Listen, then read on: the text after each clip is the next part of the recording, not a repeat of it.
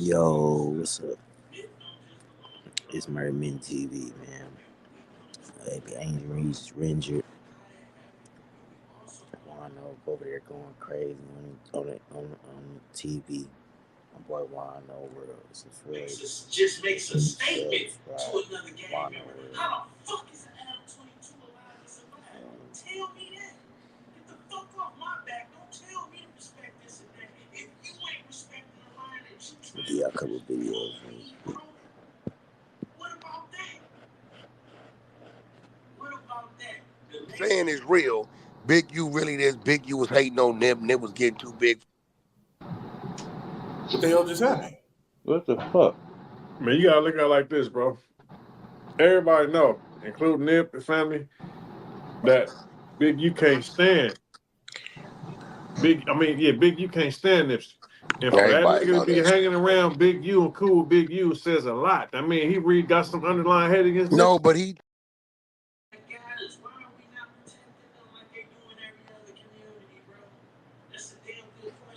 Need some pictures, dog, dropped the proof from the Eric Holder situation. I just made a video about. Said he said anybody can find him. I'm saying Marathon Kev said he ain't hard to find. He said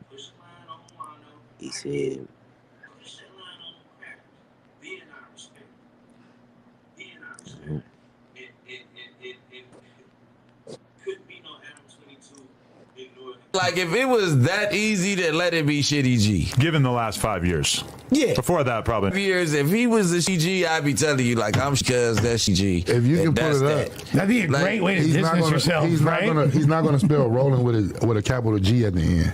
Why? He won't. He's gonna say like, yeah. He won't do it. That's not him. Yeah, rolling with a G is not kosher. That's what I've taken, yeah. And then the emphasis on the word gangsta. This whole thing does not feel like it was written by somebody who genuinely grew up from that neighborhood. Based on my judgments. How about this? I'm about to break my silence to the world. I murdered one of the biggest rappers in the world. First shot I'm taking at is Brick Baby's Crippin'. No. What happened in the store? The first statement out is, ooh, Brick Baby's a bitch. Don't connect me to him. I'm Shitty G. When you've never did, it's kind of like played it cool. Yeah. Which is not easy for you necessarily, because people would probably appreciate if you were just like him. I don't claim him. I want nothing, you know. That'd be the easy way out for you. That's I'm like, and then it's just all type of shit in between. But you know what I mean? Like, it's definitely the time where they just want to, even with that, like, does that make it credible? That gives me the clout of the fans loving me again if we're disconnected. Not like that, but you get what I'm saying? Right. Like,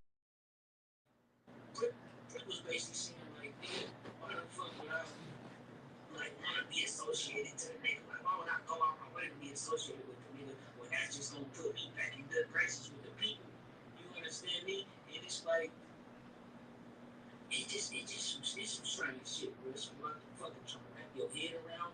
One thing I will say is the nigga is in that facility, bro. It's looking like, from my fucking research, right? And I know look incredible. Some niggas like, oh, bro, probably as a matter of fact, that's what I'm saying. It's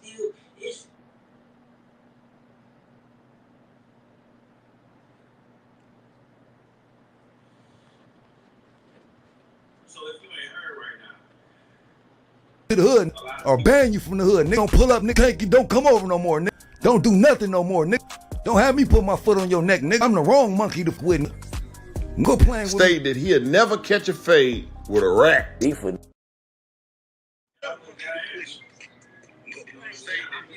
catch a fade. And then I had to get the facts. So I can fix what I said. The only way to get the facts is to go to the horse's mouth. So I went to the horse's mouth.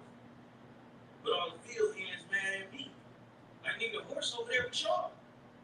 Y'all telling all these stories. Y'all making careers. Y'all building podcasts. Y'all making a white man money. Y'all benefiting everybody. But y'all ain't answering the real questions. Y'all ain't putting no closure on that shit. Y'all ain't making it make sense. Y'all ain't doing nothing but making money off y'all opinion. And that's cool. I mean, I guess that's a business. But to hate me, or to diss me, or to talk shit about me, or to let your white zaddy, nigga couldn't even mention my name, using my content though. I should YouTube strike your ass. I ain't even gonna do that. I ain't even gonna do it. We don't even play them games, you know. I should put you flyers, put you flyers, nigga.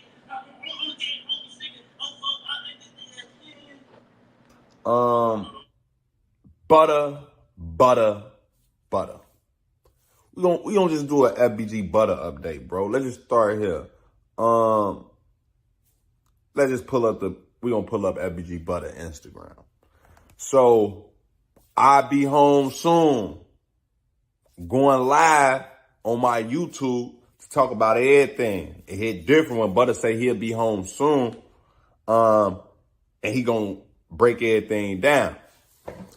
Now look.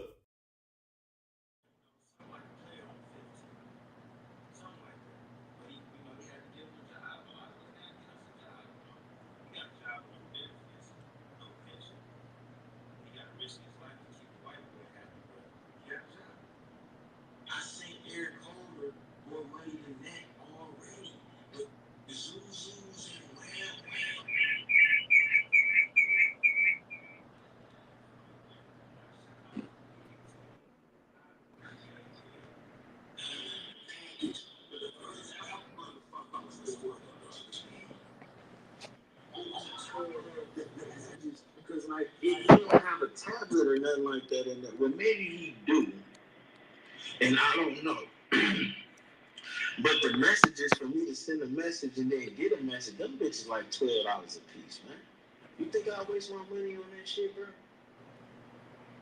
See, from the jump, I'm skeptical about Eric tapping in with dude with Wano, because it's like, why would he be tapping in with you the whole time, right? If you think back to when Eric was first reaching out to like media sources and shit like that, he was getting denied and motherfuckers wasn't trying to hear him out or whatever. Exactly. Didn't nobody want to talk to him. Now I was on this nigga Rich Tracker YouTube live, you know what I'm saying? I just seen it when I was rolling in the car down 94 Highway coming out from wherever the fuck where I was coming from back into the city. And I came up off 94 to talk to the nigga. And he shot that shit at me talking about some Vlad said he'd pay for the interview. I never seen that. But I did see Vlad say that he was offered the interview and wouldn't do it. I think I also heard Adam being offered that interview and didn't do it. But he did try and get interviewed after he got sentenced. That's a fact. But niggas want to be all this selective politicking. But we gonna let Wig finish. So that's why Wano say he doubled back and try to, you understand me? Whole time, niggas was looking for receipts and woo, you understand me? They was like, hold on, bro, what the fuck's going on with this? So what I went and did, right? Whole time, I just be reacting to shit though. Like, so if I went and did some little extra work for y'all, right? I go look at the facility, right, that Eric Holder supposedly being held at, and what do you know? Eric Holder is actually being held at the facility. You feel me? I damn near was, you understand me, was like fake trying to send him a package, not a real package, but I was just trying to see if, you know, what's what. I actually caught up there in some more shit though. You have reached the Department of Corrections and Rehabilitation at the California Medical Facility. Please listen carefully as the menu has changed. If you know the extension of the department or the party you are trying to reach, please dial it now. For visiting information, press 1. For inmate services, press 2. To use the inmate locator, press 1. For class.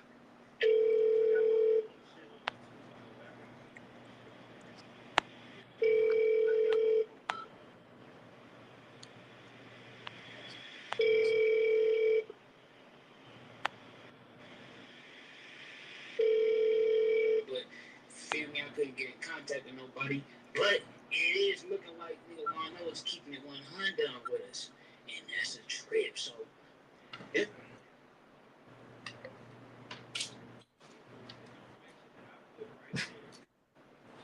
didn't cost him no money. And then if I was willing to risk my reputation and my YouTube page and my life telling a lie, it's a whole lot of more valuable lies to tell. And then not only that, bro said a whole lot of shit that, well, not a whole lot, because he's a gangster. So he He just text me a bunch of shit. Let me not disrespect you. But he said enough to go viral. But I ain't posting none of that shit. It wasn't even about that. Me chasing that down was because I was in my feelings on the video and I accused a man of something that I did not know for sure that he had done. So then I owed that man to go track down the real information. Let me go. So, yeah, he said that was the whole reason why he initially even tried to tap in with Eric in the first place, as he was jumping on him. He jumped the gun with the big. And that's what kind of pissed me off about this, because as a man, I put my foot in my mouth, right? So as a man, I went to go find the real information so I could know if I needed to apologize or not. So I found out I needed to apologize, and then I made a video apologizing, and then motherfuckers look past me being on man time, realizing I made a mistake, realizing something wasn't what I thought it was. Motherfuckers look past that to get on all this bullshit. But then everybody got an opinion of the nigga, but they won't even go double check the information, which is fucking flabbergasted. In the rich trapper nigga, like, hold on, he about to show you where the facility shit. You know, and that's what I'm saying. Like, nigga might have to, like, niggas like, oh, well, I know apology, bro, because he look incredible fake way. You understand me, motherfucker? Like, he still can make these messages of woo, like, what the fuck? But I ain't gonna lie, I went to the website, the same website that he got posted up there with the pictures and shit showing how he got in contact with Eric. And he in that facility, bro, and you actually can, it's looking like we can get in contact with him through the way that he fucking did. But, like, we know he's shitty, but we ain't know he was really connected to, bro, like that. Them niggas over there knew, but the niggas on the internet ain't really know. So he make it clear to us, like, yeah, that was my little homie. Man, I ain't proud of what the fuck he did, but that's my little homie. Then Shitty Baby tap in from prison or from the mental fucking facility and say, nigga, that ain't my motherfucking big homie. I'm his fucking big homie. If anything, matter of fact, if his credit card checked out, I would fucking possibly be his big homie, but he ain't shit. Feel me? Bricks come back and tell us yesterday, like, oh, this shit was a lie.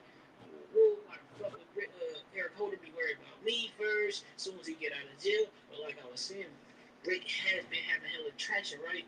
And it's like we both agree that some of his traction that came from some of this shit pertaining to Nip, and on top of the no jumper shit. Okay, you fucking with them over there, but it's some other shit too.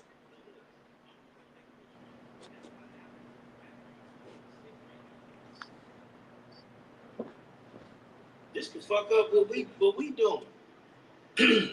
That wasn't my intention. But what you not about to do is disrespect Wano by calling him a motherfucking liar. I'm not a liar, nigga. I'm community dick. That's my flaw.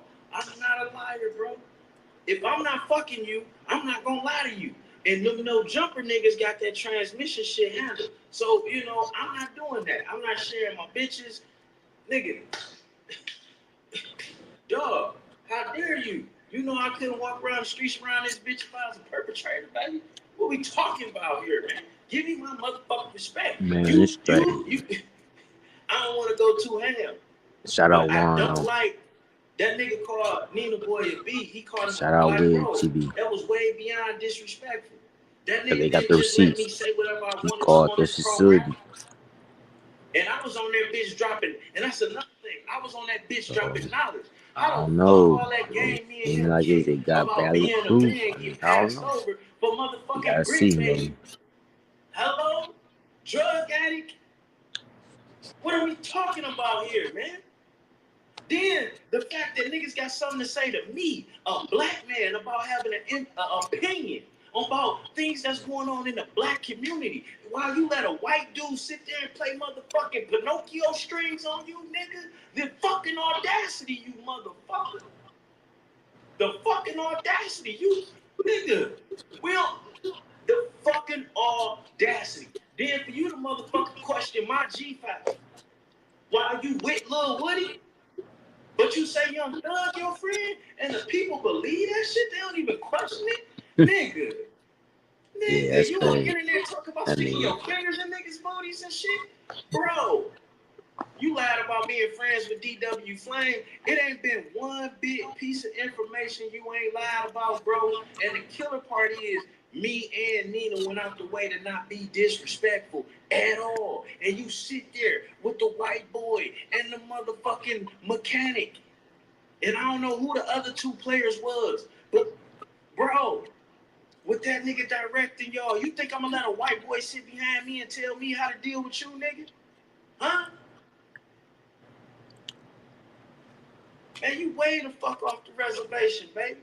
You way the fuck off the reservation. I don't even know if you're an Indian anymore, baby.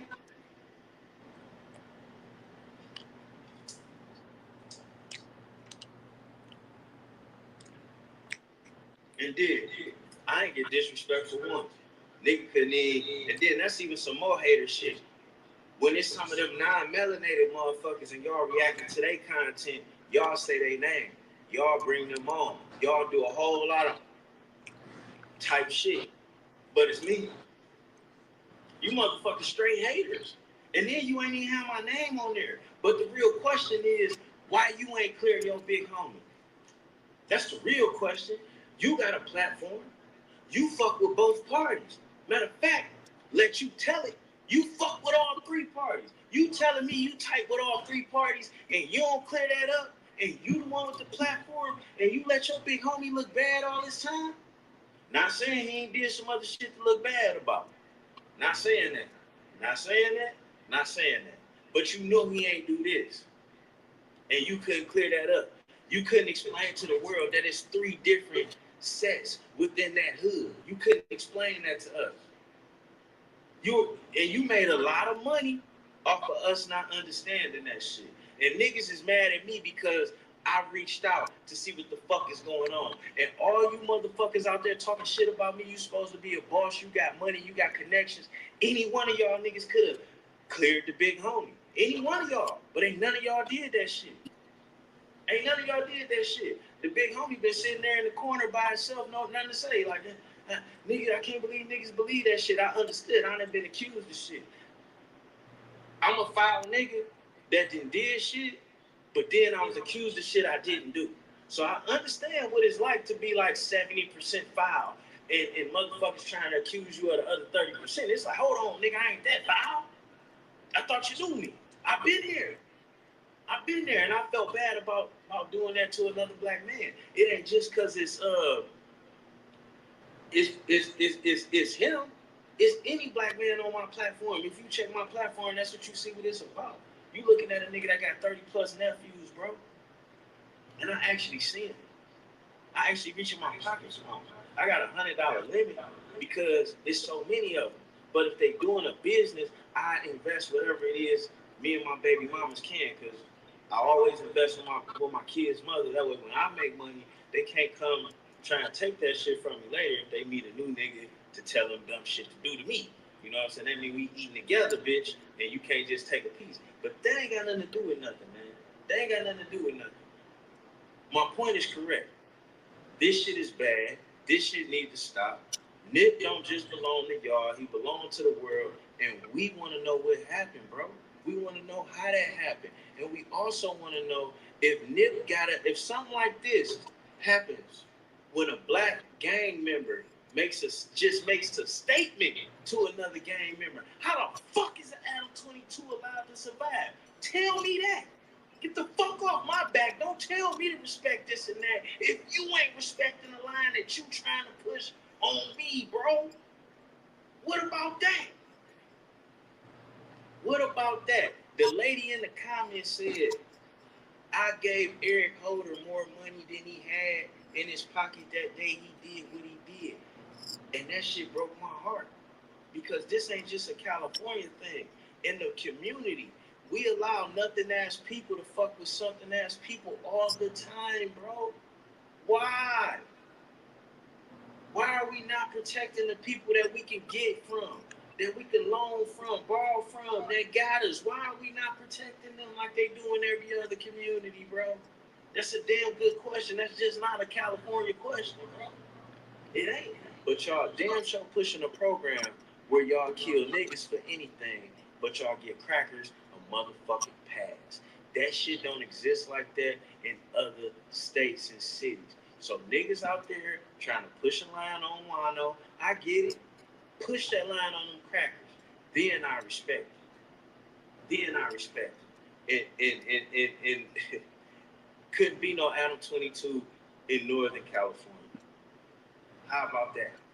How about that? How about that? And I ain't even hating on Adam.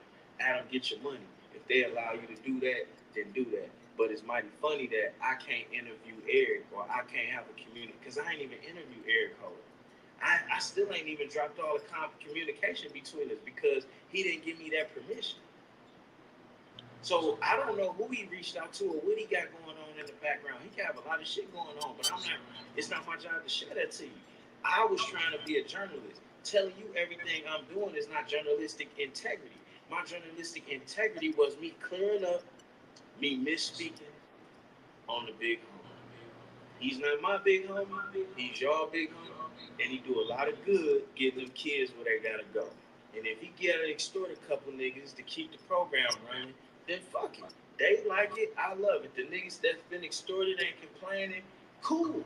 But that don't give us the right to accuse the man and some other shit. That's all I'm saying. That's all it was about. And we out. You know I'm cutting in some of this other shit. Let me see what else dog talking about. Shout out to Wig TV. Fuck no. Like, what's that shit called? Motherfucking excitement around your name pertaining to this shit, right? But he say,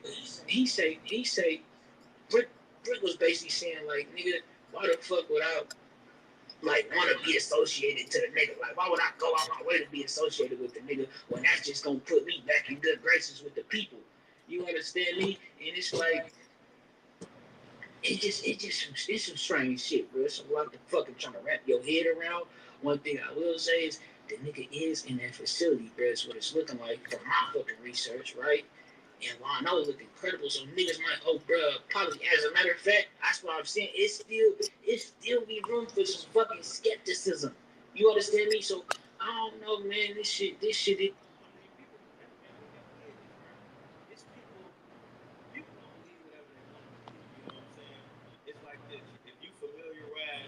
Yeah, man, I'm just reacting to this Wano crashing out on Brick Baby. Reacting to the Wig TV. Wig TV contacted the facility to get Eric Holder in. Because for you to wake up Shitty and think and know UG. to pay attention differently would mean that you've been wrong, or your mother been wrong, or your father, everybody been wrong. And a lot of people ain't willing to take that on. So it's better to just stay steeped in that negativity. That's why motherfuckers were so busy trying to disprove me instead of going to check it out themselves. But we ain't even got to do all that. My hat to the front today. To let you know, I'm very proud of where I come from. I'm very proud of who I am. I would never sacrifice who the fuck I am for, because money may not be here tomorrow. But who I am, I gotta see in the mirror when I wake up tomorrow. And as I'm arguing with motherfuckers, I had to realize some motherfuckers don't give a fuck about who they see in the mirror. They don't care. It don't even cross their mind. But I care about who I see in the mirror. Nigga, my word means something. You hear me? I got 3 baby mamas. I'm fly with all of them. My mama listen when I talk. My mama listen. My mother listens when I talk, nigga. The fuck? Let me respond to all these other niggas. We out.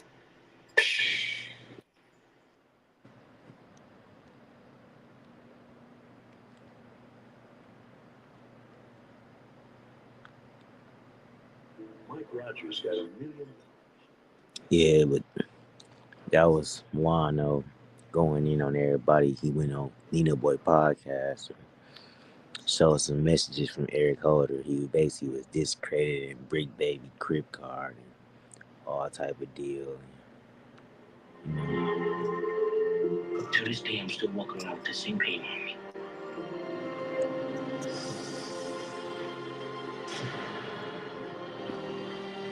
I suspect that's worse than death. Trust me. It's the only way to get to the top.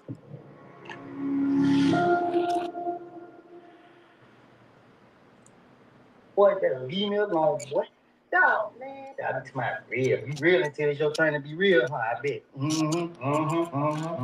Yeah. But everybody know deep down inside their heart, I always did more for anybody ever did for me. And I'm not sending no shots at nobody. I'm not sneaky this. I'm not being specific. I'm being in general, nigga. Straight up. I can say what y'all want, man. Y'all gonna do just like everybody else when you see me. You gonna pause me, stop. You gonna look at me. You gonna say you quit prayer. And I'm gonna tell you keep going. Y'all better stop playing, man. Straight up. It's true. But don't kill you, make you strong. I'm telling y'all, they trying to be in the streets don't love nobody. There ain't no such thing as no codes and no rules. Like, they can say what they want to say, man. Come on, man. Let shoes be on the other feet. And like I said, specific, when I speak, it don't have nothing to do with nobody. Not one person walking on earth say something to me. Not one person that ever been up to me with God. I don't get on here and pretend to be tough. I know you see me on live. Why you gonna text me and call me, bro? I mean, my mode, please, get out here be trying to impress others, man. Come on, man. I'm a kid, man. I'm telling y'all now, man. All that playing today is. Whatever the day is, at this time right here, that high fake page, whatever y'all doing, it's a warning. I don't want to fight with nobody. But if somebody play with me, that makes you the only person walking the earth. I know you're going to hide. Ain't no gangster. Just a lost soul. I ain't no one to be a gangster. Don't even consider me no gangster. When you see me speak, keep going. Y'all playing. It's not no threat, bro. I just don't want to be bothered. There's no threat. If don't nobody mess with me, I won't mess with nobody. And if somebody mess with me, the word gonna know. It's not about bashing out. I'm on social media where since everybody think I love Instagram so much. I'm telling everybody, I'm telling to whoever listening, the police, the civilians, the gang members, and whoever else, the religious people, whoever, leave me alone. Leave me alone. It's it. It could be on Instagram. So you can't clout chase. You can't clout chase out me if on that person they had to come. Like, well, you know, them boys beat you up in Rice Street. Like, come on, man. I don't hide behind the game when I was in jail. Like, I told me I was a civilian time. You know what I mean? Civilian time, man. I don't need no protection, man. Beating you up, it's okay. One thing about the way life works, she gonna run into me again. Y'all know I ain't playing, though. Tell me, man. I don't care about all that. I care about my nephew, man. And the decisions that they make, I care about those that matter. Y'all right here fronting, faking, and all of that. Nobody don't know what it's like being in that jail. Where them people just do you however they want to do you. Put you on protected custody. Put you on a medical flow. Away from everybody where you the only person back there. They can come out there and do whatever they want. Say that you threatened to kill yourself. Take your script, your butt, and they can leave you in the room. Right, I'm on Rice Street, do this to rest. It's, I bet, right now, if they go investigate Rice Street, I bet it's somebody in these same cells I'm talking about. Where they trying to torture you. Y'all can't tell me about being strong. Learn about the break. Y'all, come on, man. Nobody, I don't think nobody be able to fit my shoes. I know they won't. Y'all out here playing to my this and this. Look how you crash every day. Got some tattoos on them that I know about. Sitting in jail right now with life. Y'all out here playing. God working mysterious ways. You better pray. Trying to be in the street. These streets don't love nobody. Straight up. They gonna turn on you. And it's just gonna be you. You gonna be in that cell with a million years of blue. I ain't ready to accept it. My last roommate 20. That was 21 to my heel. That nigga was 21, man. That nigga did something for the game. He ain't even make it a prison. That same game, he did something for a Turk on him. Then he had to go become another game member. Y'all stop playing with me, man. Come on, man. I might be with a lot of people, but hey, I be by myself. I ain't trying to run behind you. I ain't trying to be friends with nobody. Just because I ain't trying to be friends with you, I ain't trying to be friends with you. AJ, what's the I deal? ain't trying to hurt nobody. I ain't trying to let nobody hurt me. Tell you now, I don't want no smoke, bro. If y'all misinterpret anything I put on this internet, as I'm trying to be gangster or this and that and third, but I'm outside. Simple as they say, whatever y'all want to say, man. Y'all ain't gonna cry before the police put the handcuffs on y'all. Always to my this and that. You can't say you solid until you been through some shit. Until you been in that interrogation room and went to jail for them charges that you ain't. Man, look, man, y'all stop playing with me, man. I mean, y'all want to be so bad, get off Instagram, they have the business. This is don't be on no social media, and ain't no gangster on social media. I'm a civilian just like everybody else. I didn't find God, I did, and I believe in him.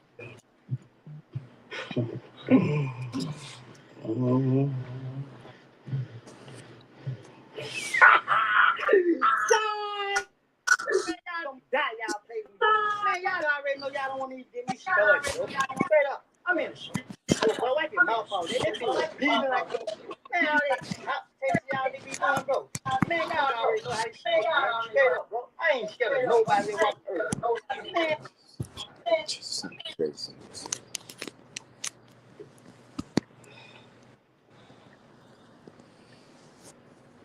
Damn, Shawty. You fucking killed my dog, bro. Shit, crazy. Stop that on a daily basis. Every man, friends of mine got killed out here. I ain't mad, man. So good. I told my son, man, do anything. Nah, I wish I was doing anything. Pride. You doing all that. Man, who? Bitch, I'm be telling them a dream. Cooking niggas out there. Ain't your fine, man. What y'all talking about, man? Get them lights up, Jack. Niggas trying to take credit for that. Nothing to do with it. Man, I like, man, niggas pissing their pants. Like, man, come on, man. Like, get on the internet. Come on, I troll back way instead of nothing. I troll back straight up, man. Free me. Whatever choices you make in life, make sure they genuine. I'm telling you, bro. Like, you can grow up with it, and you can see them get handled the worst way, and then like just all of us, they just built like that. Boy, you don't feel like that. Boy, it's not gonna change that. Man, it's tripping me up, man. Hey, man, but it's all good.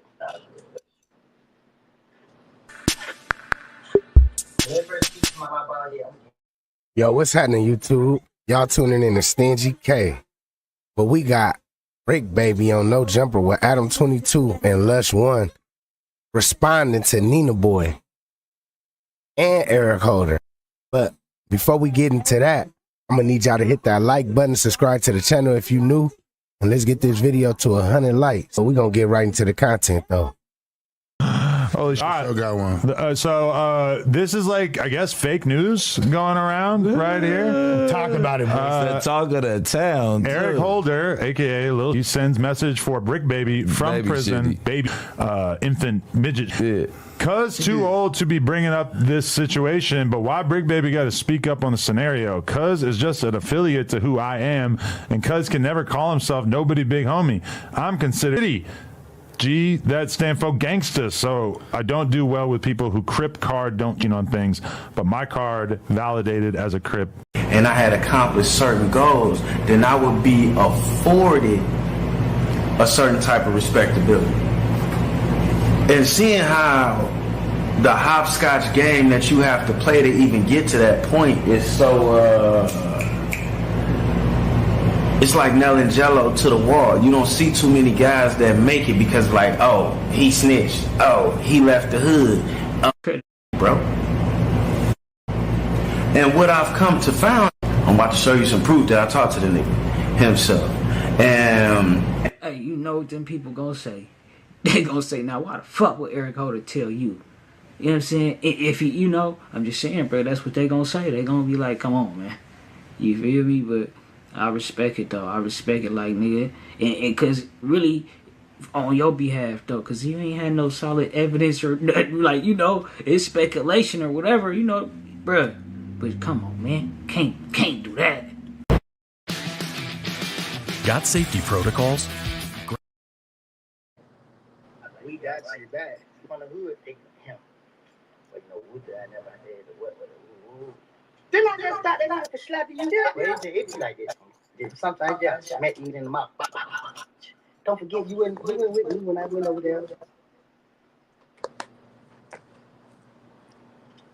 Man, train people better than people that you know what I mean. Cause they like get them lights up, Chad. Let's get this thing to 100 lights, Chad. If you in here, you rocking over with like that video. If I come here, jump in the car, flying over there. Like I ain't got responsibility. I wish I would, though. Boy, I swear to God, on my mama. Butter got immunity. Do your homework. I didn't know what that mean at first until Butter broke it down on the interview. Y'all seen when I interviewed Butter, right? Let's just start there. So if y'all ain't do y'all homework on that interview, go back and watch the FYB J Main FBG Butter interview when J Main got on the suit on Fordham Grade with the top hat. It hit different. He was breaking down that whoop. But let's just start here, bro. What we just see yesterday, bro. We seen Butter on a high speed. Well, they don't know what to call it.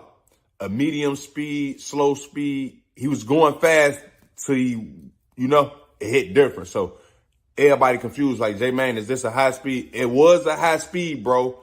It was just a high speed. To the hood or ban you from the hood. Nigga, don't pull up, nigga. Don't come over no more, nigga. Don't do nothing no more, nigga. Don't have me put my foot on your neck, nigga. I'm the wrong monkey to with. Go playing with Stated that he'd never catch a fade with a rat. Brick Baby came under much scrutiny from the internet world after he refused to catch the fade with Cowboy. Them was my dead friends. Please quit playing with me. Them is my friends, nigga. Now I'll tell the homies to bring you to the hood. When it comes to the hood, I'll make it mandatory that your ass pull up. That's what I'll be on. We'll bring you to the hood or ban you from the hood. Nigga, don't pull up, nigga. Don't come over no more, nigga. Don't do nothing no more, nigga. Don't have me put my foot on your neck, nigga. I'm the wrong monkey to with. Go playing with. Stated that he'd never catch a fade with a rat. Beef with like that. I don't beef with snitches. Kids, if you light skinned, I fuck with my light skinned niggas. Like my light skinned niggas though, from where I'm from, I had to go through a lot to be dark skinned. Keem tap dancing right now. Keem tap dancing right now. And that's what I'm saying. What the fuck did you just say? You heard what I said. You understood I'm it. liking people pictures right now. What are you doing? You up liking niggas' pictures? Come on. Platform. So I'm gonna ask y'all to be respectful. I know people are heavily opinionated about Nina Boy, and Wano is just now coming into the YouTube game. Now, the reason and purpose of this video is because Wano, as I stated, has been corresponding back and forth with Eric Holder, and him and Nina Boy actually had a live conversation. Ain't none of that. Misled by society, manipulated by the government. Yeah, man. But it is what it is. Look, God will always make a way. God is always good. Even when we think it ain't going in our favor.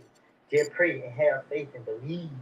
Like, people don't understand, man. Like, I was sat in jail. Like, bro, they supposed to put me in protected custody. But put me in the door, let me whoop my ass. Then sometimes I did want to be in that car. You ain't gonna whoop my ass all the time, bro. Especially if this ain't gonna never see again, bro. You can't whoop my ass. I ain't never gonna see you again. If this guy knows, so you stand now, yeah, come on, whoop my ass. Come on, bro. Get it on out with you, kid. On there. One thing about it.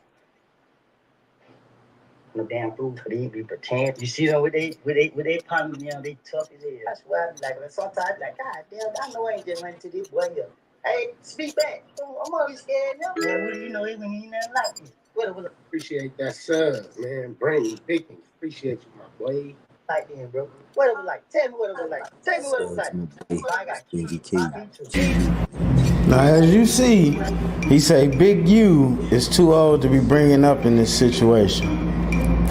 You also see it's a big difference in between being Shitty G and Shitty Cuz. He goes on to explain his level of gangsterism and his specific set within the game. Oh yeah, he went in. And then I asked him what was going on out there. He say too much. And as you can see from the message that, you know, you gotta decode the gang talk and the posturing. Basically what he's saying is Big U too old to even have any say-so in what they doing. And then something else he went on to point out to me is his name is Shitty G. Brick Baby, he called Brick Baby an affiliate. Brick Baby can't call no dogs on him. He's not his big homie. And it's a difference between the bigs and the littles, the lokes, cousins, and the G's. From my understanding, it means something if you got a loke on the end of your name. It means something, it's different if you got a G on the end of your name. And it means something different if you got cuz on the end of your name. Shitty G, I'm thinking that G mean going. Now, again, everybody go subscribe to Wano's. Cannot 100% prove that Wano is actually in correspondence with Eric Holder. But the integrity of his channel, the integrity of Nina Boy's channel is at stake based upon his information. So with that, I think it does hold some weight and has some merit to it. Shout out to Wano's World. It's gonna be interesting to see what Brick Baby's gonna have to say about this all. Again, I appreciate each and every one of y'all for watching the video. Make sure y'all like, comment, and subscribe if y'all was feeling the content. I'm just trying to up the content on the channel, bring more substance to the channel. If y'all got any recommendations, jump in the comment section and let your boy know. And as always, YouTube family, we gonna sit up there and stay down till we come up together, and that's just the law at this point, ain't no. And as always, man, I'm gone.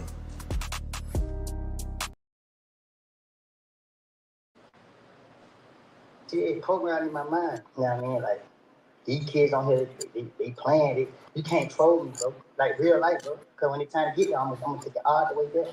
You can't say, man, this because of this. Subscribe to my boy Crazy. Stingy K They be crazy, TV. man. Come on, man. This shit in me, bro. That's the difference between a lot of y'all.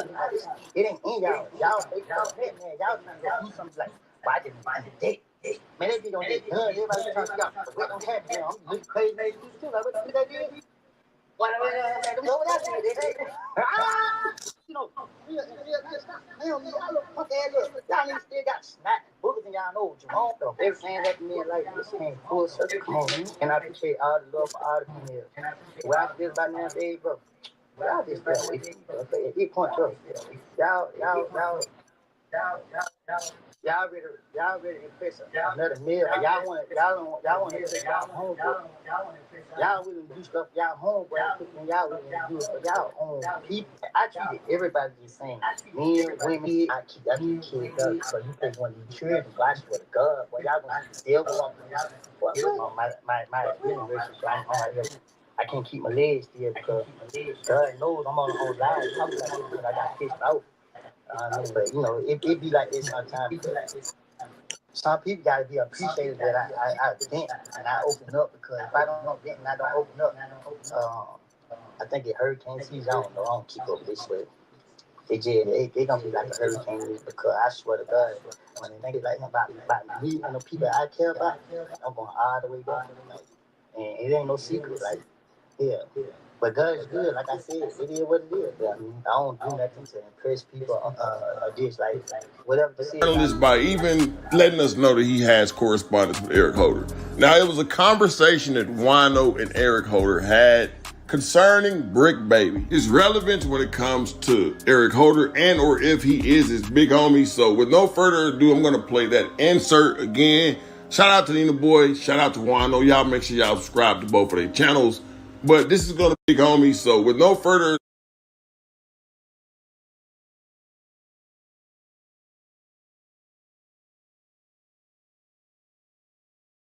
ado, I'm going to play that insert again. Shout out to Nina Boy. Shout out to Wino. Y'all make sure y'all subscribe to both of their channels. But this is going to be the first thing that we're going to talk about with this breakdown. Hold hands and kick cans. Call it how you see it, bro. Regardless of what the audience feel about you or not, bro. Just do your one too. So let's start from let's start from where you say he's at. He's in a medical facility.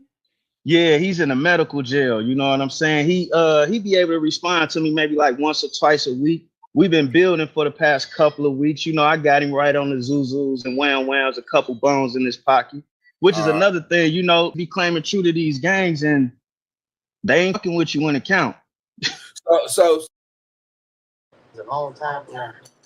And show is 10 minutes. Y'all playing. Y'all better stop. I ain't straight up. Y'all doing all this like it's something to play with. Like, y'all ain't never no real situation. Ain't nobody say nothing to me. They walk on this earth. Nobody straight up in my life, nigga. You know what I mean? Can't nobody be high because the government got it out for me. Tupac, I think my mission already done. But God always got it done. Is nobody who think they can play good can't ever be good. Can't never play good shoes. I'm protecting it. I pray. Y'all don't understand how powerful prayer is. When life get hard, you pray and pray. And I pray for people even if they don't like it. Yeah. I pray for certain people because they gonna need it. Straight up, y'all just get laughing, playing like I don't do it. I be going through it, brother. I lost my mama, my daddy, both my grandmas. I got best friends. I just went in there every other one. Starting to feel like I'm a fucking bad look.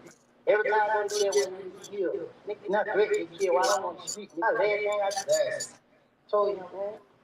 Can't even say that, man. Like, man, come on, man, playing. You know how we live, bro? I ain't got no come around me. Nigga can't hang with me. So if anybody got smoke, I'm by myself. Like, a lot of people hit me up. I'm going by myself. I'm going by myself. And like, young boy, tell me that, bro. Like, for real, man. This shit be real, man. Put me in jail with no water, no food, no water, no phone, no. I can't even talk to my people, man. I've been in jail so many times. Like, man, you crazy? How you gonna put me on PC when I tell you I don't want to go on no journal. I don't want to go on no PC. Put me in general population. Oh, we can't feature you now. You high profile. All right, go to PC. Saying this shit gonna be sweet. They go touch the hell out of me. Keep me locked in the room 23 hours. I'm worried about my family. I send the motherfucker 23 hours and pray that my life, man. Listen, man. Fuck everybody. I don't give a who it is. Man, let me out these straight up. You know what I mean? Like, boy, man, come on, man. Y'all be playing. Y'all don't know what it is about. Like, nigga make up anything. That shit don't gotta go. Like, man, ooh. Come on, baby. You're a son person. You got son. It ain't hard. A story is hard. Off the top. You know what I mean? Like, man, baptized when y'all got it. Man, so, y'all right here, man. Playing me, so you can't tell nobody. Yeah. That's why I tell my kids every chance I get. Because at the end of the day, when my time ever becomes, I'm here forever. You know what I mean? But my kids don't know I love them, and this how they really matter. No none of it really matter. Like, even if I can't do that for them physically, or none of it, they know I love them, so it is what it is. Y'all don't smoke, it ain't hard to find me, because I ain't even behind it, bro. But I be outside, like, and I'm going everywhere. I got no gland on me. Oh, man, God knows 12. They probably follow me. Probably check me. They probably doing all type of shit. Waiting on me to spit on the ground. But they mad. I don't give a man, come on, man. Come on, man. Nigga, you ask certain gang members, what's their purpose? What's their point of being in the game? I bet they can't even answer that. Why you a gang member? Because I think he cool. Why you this right here? Cause I seen him do it. Oh, ain't got no real reason, nigga. You know what I mean? But I knew my purpose. When I was coming up in life, my purpose was, you know what I mean, protecting and governing ourselves. Like, we gonna protect ourselves, man. You know what I mean? Straight up, y'all ain't got no, man, come on, man, y'all playing. Y'all running around here playing like somebody, something to play with, man. Come on, man. These kids don't know what they getting themselves into, man. Every time you turn around, 12-year-old in the shot. But these got big homie status, or they with this influence. These ain't heavy. These ain't going out there and trying to help these kids. You know what I mean? Taking these guns from these. Come on, I took a gun from you, bro. And that shit backfired on me. And I did it for good purpose. They try to give you the money for it. They try to make it say it to me. I don't give a. You know what I mean? Like, who get into it with somebody I really care about, because I feel like he ain't side with me on the situation. Turn my back on him in 2 days and lose him. He never come back because of the decision I made. You know what I mean? And then who I took the gun from to try to say, I gave it back to him later on because so many other people were like, man, we don't do him like that, bro. This and then third. I'm like, bro, that man gonna kill somebody. Boy, that boy killed somebody, boy, and went to jail. Look, that 2 lives on nigga, man. Come on, man. Y'all can't talk to me about nothing, bro. All that hell, man, we destroy ourselves. And we quit to blame other people. Nah, we gotta take accountability. Like, real, bro. Like, real, bro. Straight up, bro. Y'all can't talk to me about nothing, bro. I might not be book smart and all that other stuff, but I grew up in these streets, bro. Nah, right. Not again. This man got clapped up twice in 3 months. I'm starting to think he ran off on a plug or something. I remember, man, or somebody's really out to get you, bro. Like, Barry Gordy, be careful, brother. watching Sharps live last night, and even he confirmed that Gordy got chipped again. So I decided to take a further look into it. If you go on his Instagram, you'll see that he confirms it himself. He said, I got shot again. Then he said, FLA. It's definitely time for Gordy to move out of LA. Now, for those of you that don't know who Gordy is, this is Brick Baby's best friend. He's also a member of the Kill Squad. He used to work at No Jumper before Adam fired him. One time for give you something with no music. It's the kiss. This ain't got nothing to do with nobody. It's just real stories like you can hear from anywhere. Like, man, come on, man. It is what it is at this point, bro. You know what I mean? Y'all, real, bro. This shit real, bro. This ain't gonna get right till we decide like enough is enough.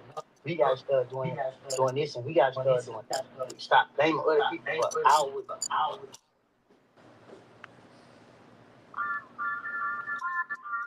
Where Ray is? Yo, P Ray in here, bro. We gonna spin the block. Okay, so check it out. Wild 200. Loose Cannon has a heated combo with Meek Mill's homies regarding Meek allegedly being robbed in LA. What?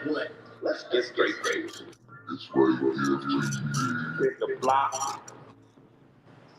You talking about Mike Knox? Mike Knox? That might be, nigga. I got a FaceTime with 3 niggas. Whack, this is what we did. Boom, boom, boom. I said, no problem.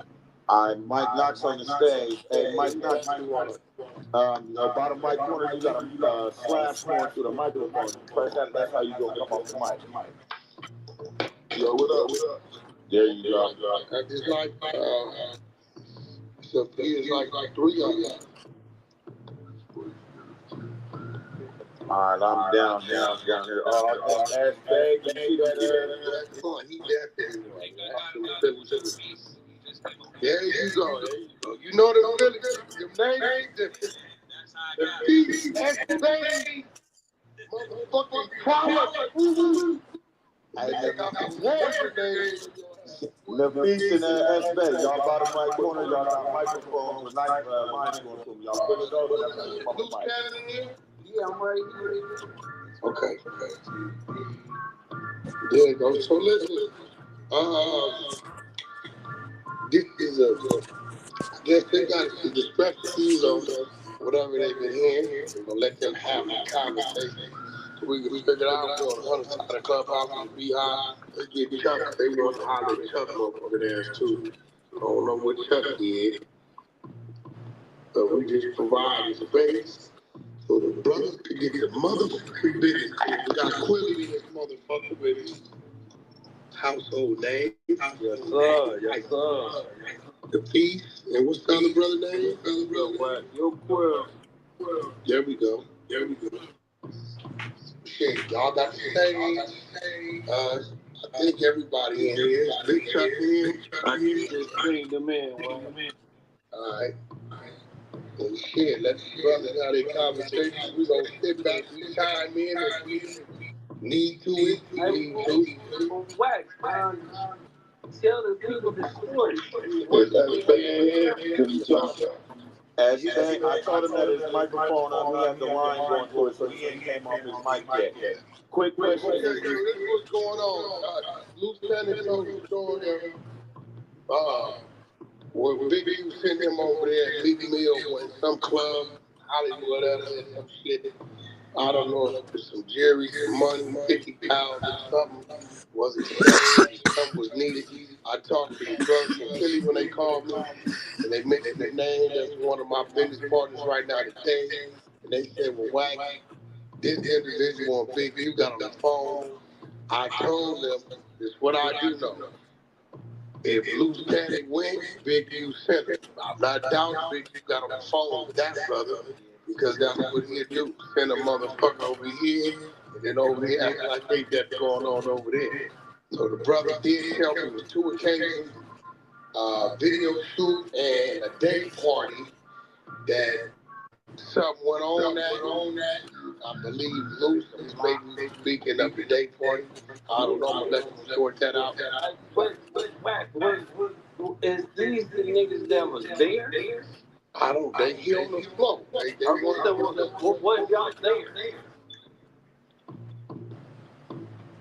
That's big. Where you at?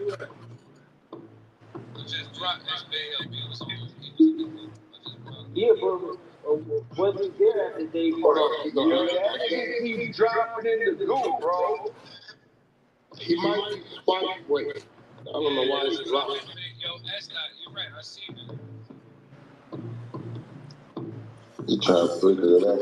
Yeah, he knew he was trying to figure out how the app works. Hold on. Me too. My baby mama tripping, she been going through my phone. Tired of me cheating, I can't leave these hoes alone. Hey, shout out Wano. Shout out journalist by even letting us know that he has correspondence with Eric Holder. Now, it was a conversation that Wano and Eric Holder. Hold on, let's have the conversation. Who went to college? They know fucking gangster niggas. That's all we're going to do. Ain't no fucking sweetheart. What you call it? Sweetheart shit. Nigga, you. You the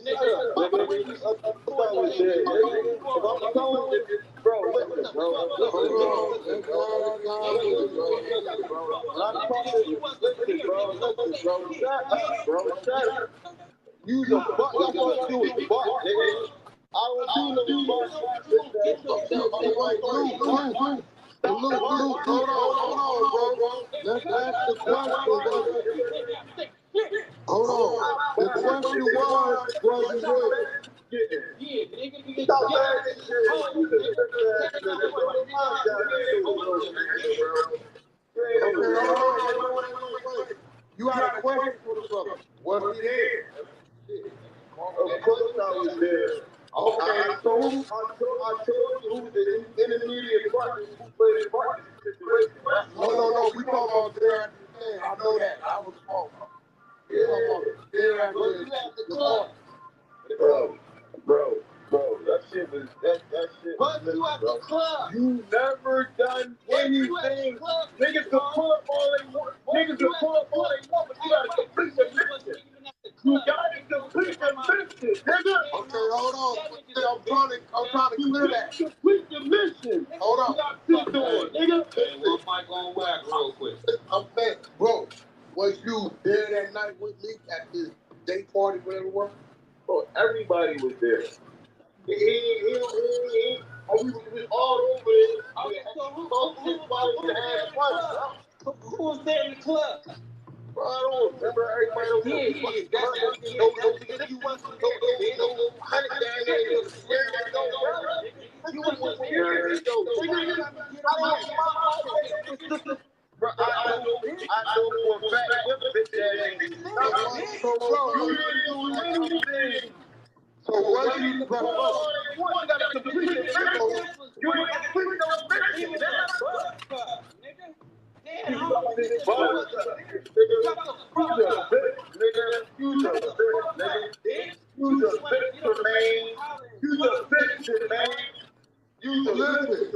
Look, we trying to look. You got the name for watching wrestling. You got the name for watching niggas. I wanted to be drunk on dog, but it just now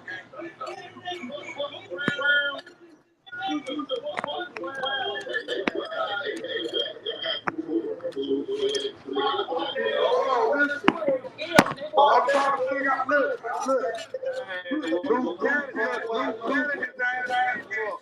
Look, Luke Canada's trying to figure out if bro was actually there if somebody just telling him that. Because he's asking if he was there, nigga was there, so evidently somebody was in the motherfucker, he should be better. That's what I'm getting. So who was there? Who was there in the club right next to me?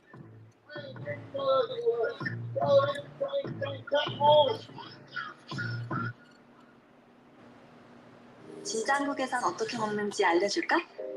K-바비큐? 신김치랑 먹어야지. 치킨? 스낵 페스티벌은 처음이지. 김치? 종류만큼 먹는 것도 가지각색. 김밥? 시장에선, 산에선, 바다에선 이렇게. 국밥? 취향 따라, 입맛 따라. 이런 한국, 와보지 않고는 모를걸?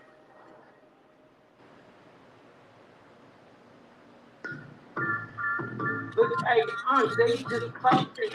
No, it's only one I'm saying he was there. The rest of them ain't been there. Okay, so who was there? Who was right next to his meal, bitch? Answer that, sweetheart. It was a sad day for it, bro. You must got confirmation. Who else? I'm one of them niggas to be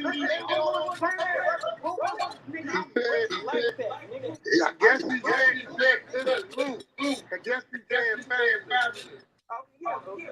He must just got that. No, he said that earlier on the phone.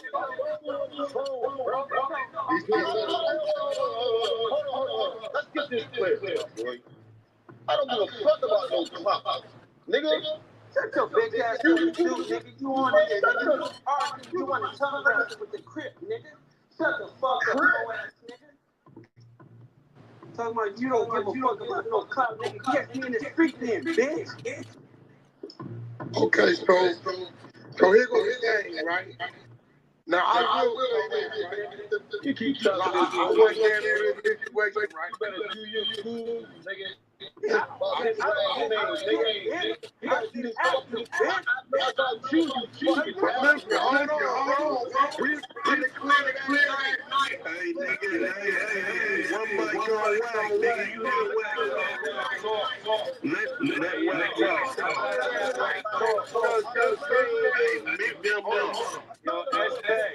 got him that your thing with Luke saying happened didn't happen.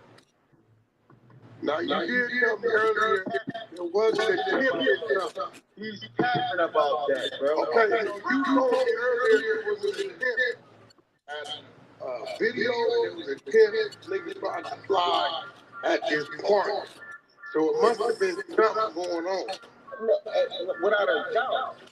Okay, so I'm gonna always keep this shit G. Go ahead, listen.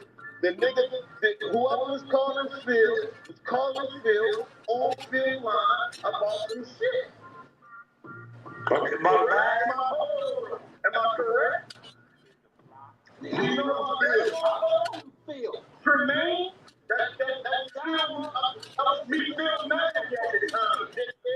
That was me Phil manager at the time. Okay, well, who did Phil say was calling him? He left 100 fam. We said it. Original 50 boy era. 100 fam. Stop interviewing them fake ass BMF niggas. Quit doing it. If a mother got no paperwork, quit interviewing them. Them boys was little kids. They said they met Meat's daughter. They fell up under Meat's sister or something. Was it the daughter or the sister? They didn't even know. The little niggas, man. Did I show you them little niggas? These two little niggas set up their own Sharp show. And they Sharp constantly asking them, so, what was your contribution to BMF? He left. It's nice to keep substance on the platform, so I'm gonna ask y'all to be respectful. I know people are heavily opinionated about Nina Boy, and Wano is just now coming into the YouTube game. Now, the reason Brick Baby came under much scrutiny from the internet world after he refused to catch thumb all the way until he was 11 years old, his nickname Pootie. Is that acting dark skin? Pootie? And I bet you wonder how I got this information, ain't it? Yeah, no. I bet you wonder how I got this information, huh, Pootie? You been sucking your thumb, bro, up until you was 11 years old. Your family members had to put Louisiana hot sauce on your thumb to stop you from sucking your thumb, fam. And you still suck your thumb. Now, I know you know where I got that information from, huh? CW Flame, Mr. Pootie Boy. Pootie. I do reactions, homie. Who am I to not give him a platform if he says he got something in regards of Eric Holder? So before we get into the whole Brick Baby reaction, we finna go look at the receipts Wano got. It's nice to keep substance on the platform, so I'm gonna ask y'all to be respectful. I know people are heavily opinionated about Nina Boy, and journalists by even letting us know that he has correspondence with Eric Holder. Now, it was a conversation that Wano and Eric Holder had. Soon. This ain't gonna be a long video. I just wanted to bring you guys the news. And Gordy, you need to stop lacking, my boy. It's crazy because from the outside looking in, what the hell could Gordy have done that had him into it with a 40-year-old man? What the fuck is going on here? Not again. This man got clapped up twice in 3 months. I'm starting to think he ran off on a plug or something. I remember... Man, or somebody's really out to get you, bro. Like... He's also a member of the Kill Squad. He used to work at No Jumper before Adam fired him. I heard Gordy is doing okay. My boy will survive. I heard they only got him in the leg or something. I never met a man that's lacking more than Gordy. Allegedly, Gordy... I don't want to say he's lacking. I'm just like, goodness gracious. Terrible series of events. Was caught lacking near Exposition Park. It happened at 2:30 p.m. on Martin Luther King Boulevard. It was near Vermont in South LA. According to the news, Gordy got clapped up by a man in his 40s who drives a bucket. They pretty much narrowed the shooter down to 1 million people. The nigga, whoever was calling Phil on Phil line about some shit. Okay. Am I correct? You know about that? Tremaine? That was me still mad at the time. That was me still mad at the time. Okay, well, who did Phil say was calling him? Big U. Okay, now stop right there. Wait. Lou, stop. Slow down. We're making some progress.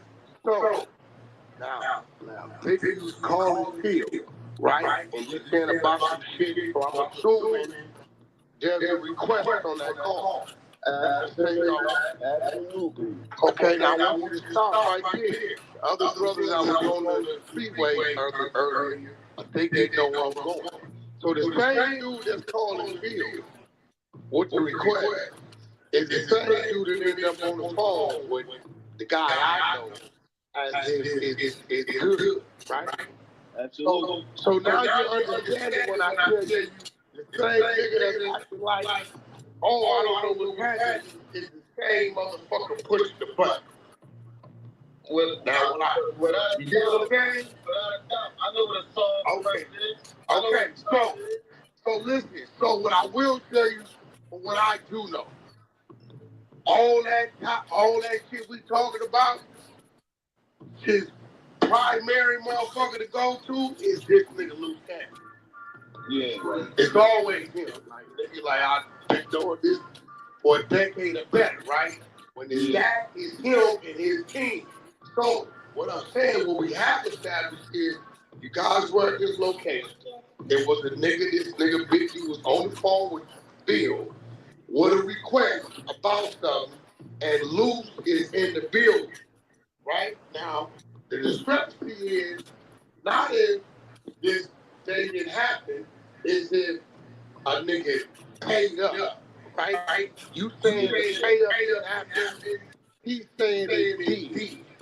Right? Who you get the payout from? Listen, it wasn't from me. Nigga, it was from Raw. Nigga, Raw dropped off the bag, yeah? You keep talking about Raw. I don't give a fuck about Raw. You get payout from me, still on my bag. I got payout from me, Mill. Nigga, I walked in and he started handing me his cream, bitch. He was polite with it, bitch. Nigga, y'all put the TV right here.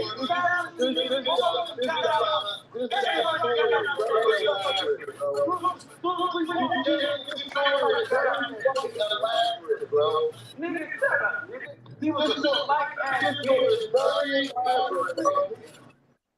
He was very polite. Okay, so what you say? Okay, so Luke, I kind of navigate this.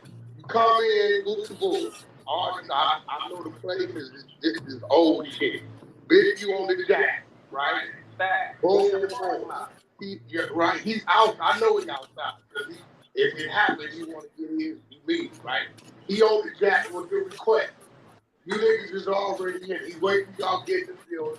He jump on the line with dude. He probably tell dude, look, boom, boom. Y'all make eye contact. You come his way. Somebody had to tell you how it was gonna go. Evident. You didn't get it in there. They said the bag is coming. Big U called me. He said the bag is coming. Meet me on 48th and Crenshaw. Dead home. Okay, so we left. I gave so wait. So you never went over there and had the conversation. Big U was in place, so Big U could tell whoever he was on the phone with, nigga, my team was already in there. Whoop, this what it is. Is that what you played? Yeah, that was the play. Okay, so you never had to go over there and you ain't had to do all the other shit. Nothing. Turn into no altercation. No. This is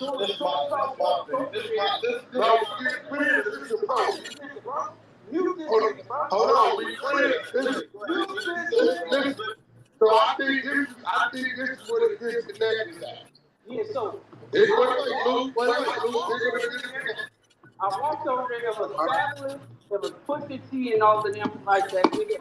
So if we could come over here, nigga, they get out and leave, get out the club, right? They walk out, I would like tell me, like, you know what this about. Before I could even do anything, this nigga already handed me his shit. Dead homies. Okay, what he was handing? He was handing me his chain and watch. What chain watch? What chain watch? Hold on, wait. Did you accept that? Because I know sometimes Big you will be like, don't get nothing but money. No, listen. As soon as he handed it to me, or whatever like that, I stood there.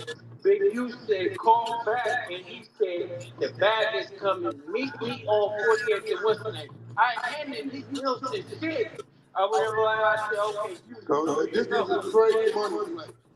Yeah. Okay, now, I'm going to tell you, bro, what's your name? What's your name? Stop, babe. Babe, I'm going to tell you what happened. That big ass nigga Phil agreed to it. I know the play because I helped set the tape. I wasn't part of this nigga. Listen, right? Before you get into that, right? I'm listening. I was in the motherfucking sprinter when you was calling me and then that nigga that big nigga that you did. Who was which one? You talking about I was with? No, I'm talking about the one. Okay, I got you. I'm your guy. Got you. And Lil Cuz hopping on the line with the nigga.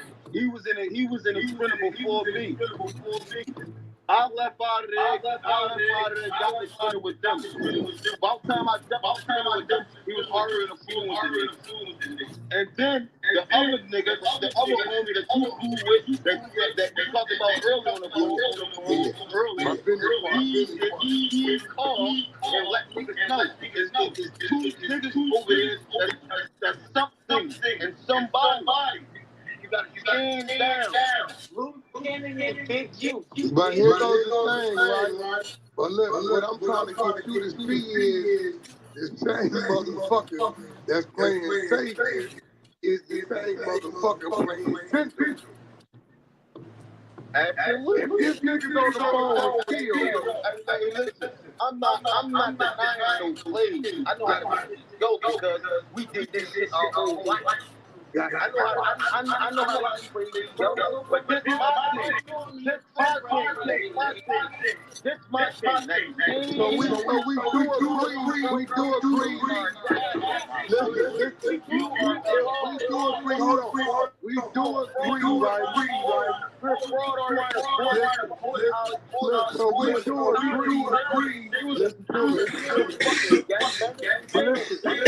Listen, we do agree that type of phone call went down. Phil was on the jack, and it was that type of temperature from that individual from the big.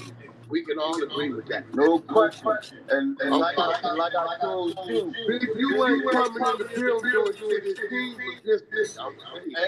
Ain't no question. I ain't doubt that. I'm saying nothing. Get your teams out of the bus. Get your fucking teams out of the bus. Oh my God.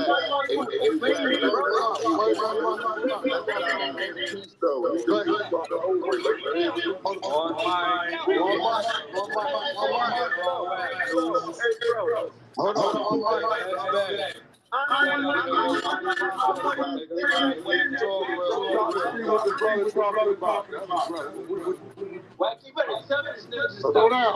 Listen, we make it anyway. We gonna get down, my boy. I ain't with all this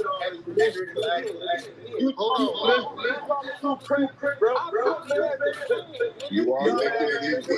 Hey, yo, y'all gotta we make it some leeway, because I think the Philly brothers is really starting to understand the motherfucker that came as if he's that. He was the other one. I'm telling you right now, if this nigga right here was there in that building, I know that's his team, right? 10 out of 10 plays, right? It goes to him because he sends him to see me before he go do whatever he do, right? It works like that, right? So if that nigga's on the phone with Phil, and Phil's the manager or whatever he is to me, And right? Phil is my guy. Okay, but he told you he on the phone with Big U. That's what I'm saying, though. He told you Big U was on that phone talking about a certain request, right? Talking about a bag. That's letting you know that ain't in favor of you. At all. You niggas just supposed to be at the club doing your shit. Niggas supposed to be on your jack talking about, hey, homie, we need boom, boom, boom, boom, boom. And he feel like he got you boxed in. Now, I don't know what the field tell you the arrangement was. The Big U told him, pull back, beat me over here. That means Bill or somebody there told him, all right, we're going to make this happen this way. Respectfully, my boy, that definitely wasn't that. That's what I'm trying to move on to. But you saying that never happened? Bro, because Khan ain't really talked to the nigga. My little cousin talked to that nigga, bro. Listen, the bag was exchanged. And that was it. That's just it, period. It happened. Y'all niggas assaulted me because it came out. Let me ask you something, Lou. Did you make it back? I ain't no fucking Gene Jason. Hold on. Listen, it happened. It was peacefully because nigga, if it wasn't, y'all wasn't gonna make it out that motherfucker, nigga. Hey, my boy, niggas respect. You tooth nail, you dumbass nigga. Niggas tooth and nail. I don't go nowhere not right, nigga. Yeah, nigga, y'all was calling in. Y'all was calling the enemies, nigga. They was tapping in, nigga. They don't want a problem with the grip, nigga. Hey, bro. I'm tired of you, bro. How you want to carry this? I'm talking about me and you. Nigga, it don't matter. I'm tired of your mouth. I know you ain't like that. You too loud. You too loud. I know you sound like that, bro. I'm right now. I know business when I hear it, bro. You the college boy, Tremaine Williams. You the fucking college boy, nigga. You's a college boy, nigga. You's a college. Internet. I don't play the fucking internet, nigga. I don't play the fucking internet. You fucking weirdo. Nigga, get your 15 minutes of fame, bitch. I don't need fame. I'm somebody where I'm at, nigga. I'm somebody where I'm at, nigga. I'm somebody where I'm at. Look even worse, nigga. You made him look worse, nigga. I'ma take everything. Hold on. You know Fully, right? You said you know Fully, right? You said you know Fully, right? Fully on the floor. Fully on the floor, bro. Ask him who the fuck. Yo, Fully is on the floor. Yo, Chief ahead. They go Chief ahead. Bring him up. He can tell you exactly what happened to that I don't want to hear nothing that I don't know. Who was that? I don't give a fuck, nigga. Yeah, hold on, Lou. Did he say Tiffy in there? Yeah. Yeah, he said Tiffy down in the back. Tiffy, my brother, Lou. What's his name? I'm down here in the group. TV back. I mean, what we established is it definitely was a situation. Yeah, just the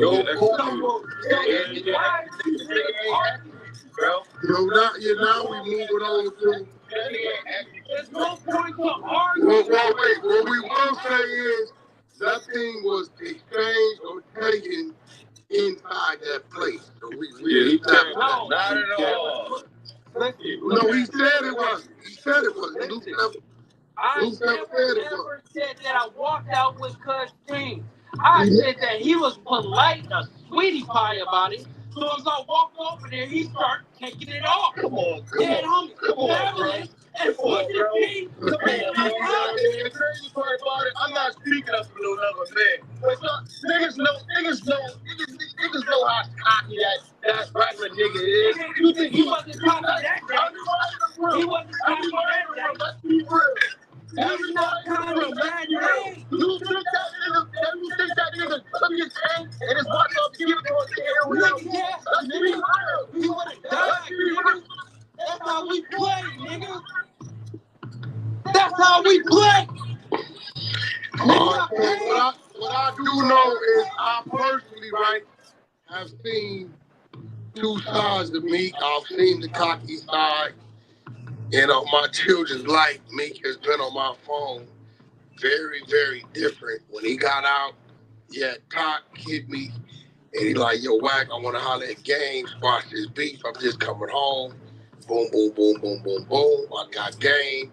Game didn't want to talk. Out of respect to talk. I'm like, Game, just had a conversation with the nigga. He want to let it go. Don't be no bully. Let it, fuck his scary mouth. And I heard Meek was very humble, very humble, very respectful. It's totally different from how he was before. So I do know Meek, depending on who he in front of and what he doing, he can be a different person. I ain't never experienced trying to take nothing from the nigga, none of that kind of shit. Wack, I'm trying to figure out how to Rick Ross. How did what I do, right? Yeah, but I knew that day this wasn't on you. This was you was moving on how dude wanted you to move. Hey, cuz said, bring him up, bro. He said, bring him up. He down the bottom somewhere. When you see the thing, it's gonna be a green thing up top that say join. Or tell him to text in the chat, and I'll see. Put his name in the chat, and I can grab him from there. But I'm down there. I don't see him. Yeah, bring up Realer Than Moose. Bring up Realer Than Moose. He's already on stage. He on stage. I already brought him on stage. What if Keith was on the phone, he gonna tell me what it is.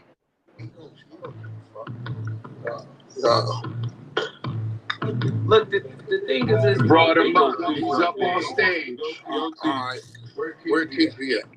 Tell him about his mic. TV hit the bottom right corner of your phone. The microphone. Hit that. You can come off.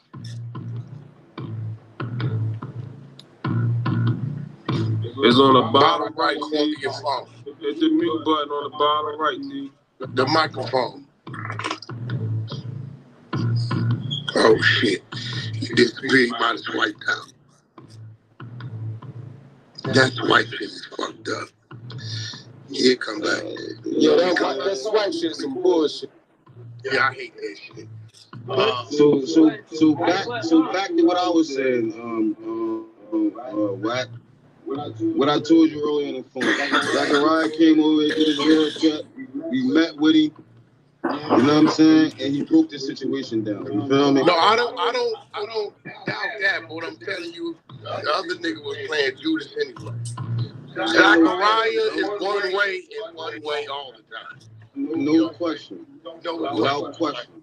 That's my brother. We got active, serious money on the table. I could PTR contract right now where you see his name on.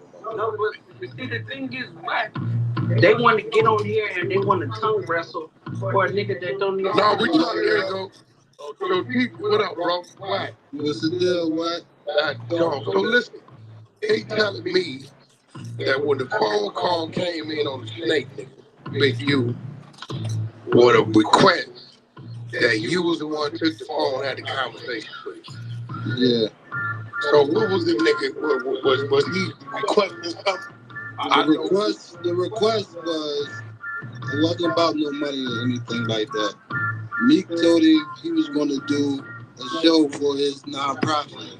His Big B was doing a nonprofit thing. Okay. What's the name of it that he got? That he did? Development. Unique music. Okay, hold on, Luce. We gonna hear it out. We done heard this story. That nigga Luce Cannon, that liar.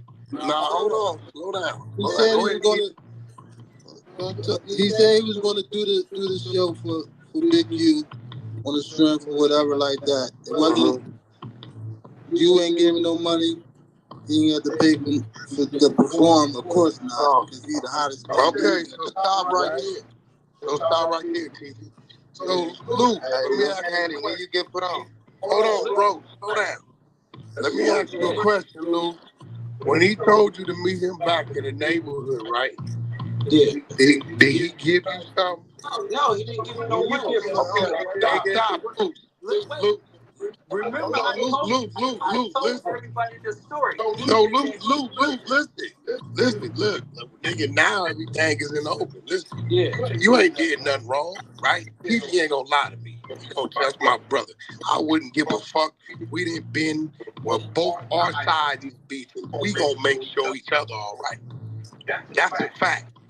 I tell niggas that I don't work against this man at all. I done been in this man's backyard, and as soon as he know I'm there, he come make sure I'm good, right? So what TP saying is big you do is notorious shit. Send it up there, tell you one thing to get you up there, as if that's going on. You do it. Listen, hold on, Wack. No, he sent the nigga up there. Narrative you trying to make right now, but let me say this. You my guy, I'm gonna keep it funky, right? The situation was, bro, Meek was supposed to perform at his nonprofit. I know that. But watch So when Meek couldn't do it because he was already booked for another show, and Meek told him he felt some type of way, right? Oh, he felt some type of way because Meek said he couldn't do it. And then that came after this day, right? After the day club. After the day club. Yeah, this is whatever this shit happened, after this, whatever, it was at a day club. He talking about Fab Day Party, big fella. Whatever they talking about, this was that day. I've been in so many clubs, I can't remember a day club. That's what I'm saying. That's what none of that shit, right? Yeah. Every time we was there, the one time niggas was moving around with that situation about the performance thing, and Meek said he couldn't do it, and my man got tight. You know what I'm saying? Did he ever mention any of this? Because a lot of times he won't. No, listen. All he said was, meet me on 48th and Crenshaw. Once he said, meet me on 48th and Crenshaw, I said, oh, okay, bring me 25 of this. He said, nephew is gone or whatever like that. I needed it for my bills. What year was this, dude? Nigga, like 2013, 14, something around there. Yeah, that's around the time. Okay, no, hold on. Now look, all the pieces on the table. Follow me, TC, because what I'm talking about is on the other side. You got nothing to do with you, right? Big U trying to get me to do a show, right? A performance. So it sounded to me like Meek agreed, and then nigga schedule. Check your schedule. He was gonna do it for the hood, for the youth, and everything Big U had rolled out. Yeah, he checked the schedule. He couldn't do this shit, whatever. He couldn't do it because he got booked for the bag. He got booked for the bag in Cancun or in Miami. It was Memorial Day weekend. Okay, there you go. So now, what it looked like, Luke, is Big U hit you, tell you what he tell you, and he needs you to move because he on the fly at this location. You go up there. Under the circumstances of that is, niggas is finna eat. You get up there like you do. I didn't see you do this bitch before. Take your position. Then you get on the phone. All in there. Feel. Nah, he ain't that. He just a nigga with the team. He definitely I'm the boss. He ain't that. Because he got more money than half them niggas over there. He not that, right? I tell you if he was that. He ain't one of them, right? So you go over there. As if Wack 100, loose cannon, and Philly goons all up regarding Meek Mill allegedly getting robbed while he was in LA. What do y'all think about the content? Big, you name popping a whole lot, huh? That boy was squeezing. Wow. Cold break. We don't think no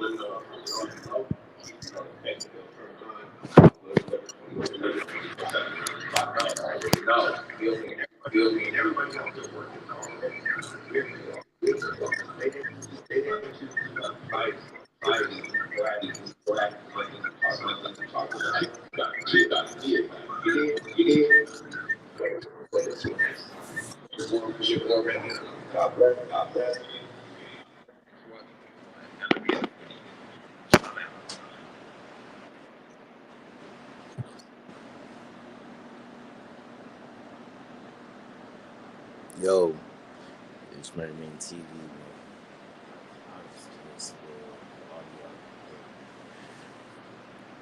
Loose Cannon and Whack 100 talking to some dudes from Philly about this whole meet me situation. You know what I'm saying? Y'all seen that, y'all ain't seen that last thing I had. It was the Wig TV. The Wig TV reaction to Cliff World, then Wig TV, and Wano World on Nina Boy page too. And then I did a little reaction to Stingy TV. And then now I was just listening to recently.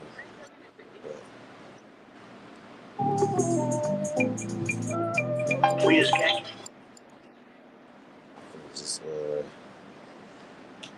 play a little something for y'all. And I'm check out. You understand me? With that being said, D-Less, 100 fam, we said it. Original 50 boy era, 100 fam. Stop interviewing them fake ass BMF niggas. Quit doing it.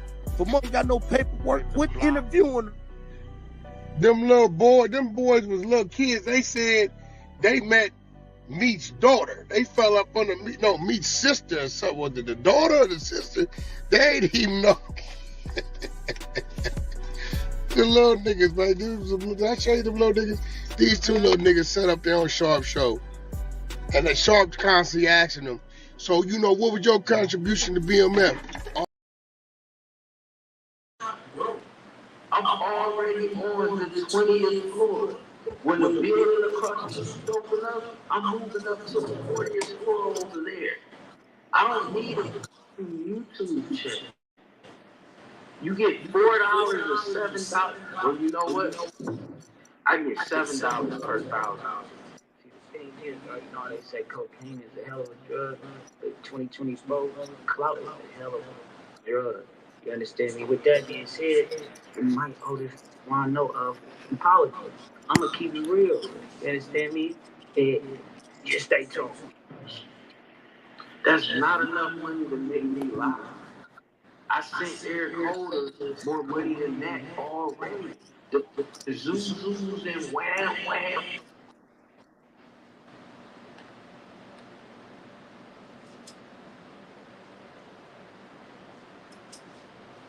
Package, the first that motherfucker was $40, man. On top of the messages, because he don't have a tablet or nothing like that in it, but maybe he do. And I don't know. But the messages for me to send a message and then get a message, them bitches like $12 messages, man. You think I waste my money on that shit, bro? See, from the jump, was skeptical about Eric tapping in with dudes with Wano, because it's like, why the fuck would he be tapping in with you the whole time, right? If you think back to when Eric was first reaching out to media sources and shit like that, he was getting denied and motherfuckers wasn't trying to hear him out or whatever. So that's why Wano say he doubled back and tried to, you understand me? Whole time, niggas was looking for receipts and whoop, and you understand me? They was like, hold on, bro, what the fuck's going on with this? So what I went and did, right? Whole time, I reacted to shit though, so but I went and did some little extra work for y'all, right? I go look up the facility, right, that Eric Holder was supposed to be being held at, and what do you know? Eric Holder was actually being held at the facility. You feel me? I damn near was, you understand me, was trying to send him a package, not a real package, but I was just trying to see if, what's what. I guess we caught up here in some more shit though. You have reached the Department of Corrections and Rehabilitation at the California Medical Facility. Please listen carefully as the menu has changed. If you know the extension of the department or the party you are trying to reach, please dial it now. For visiting information, press 1. For inmate services, press 2. To use the inmate locator, press 1. For class.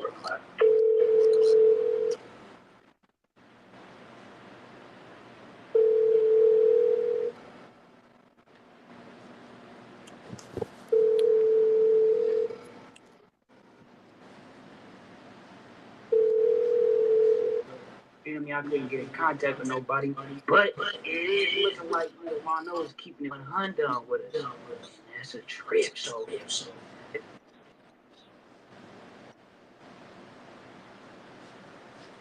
Yeah, man. Let me know what y'all think about this whole Wano and. So he left 100 fam. We said it. Original 50 boy era.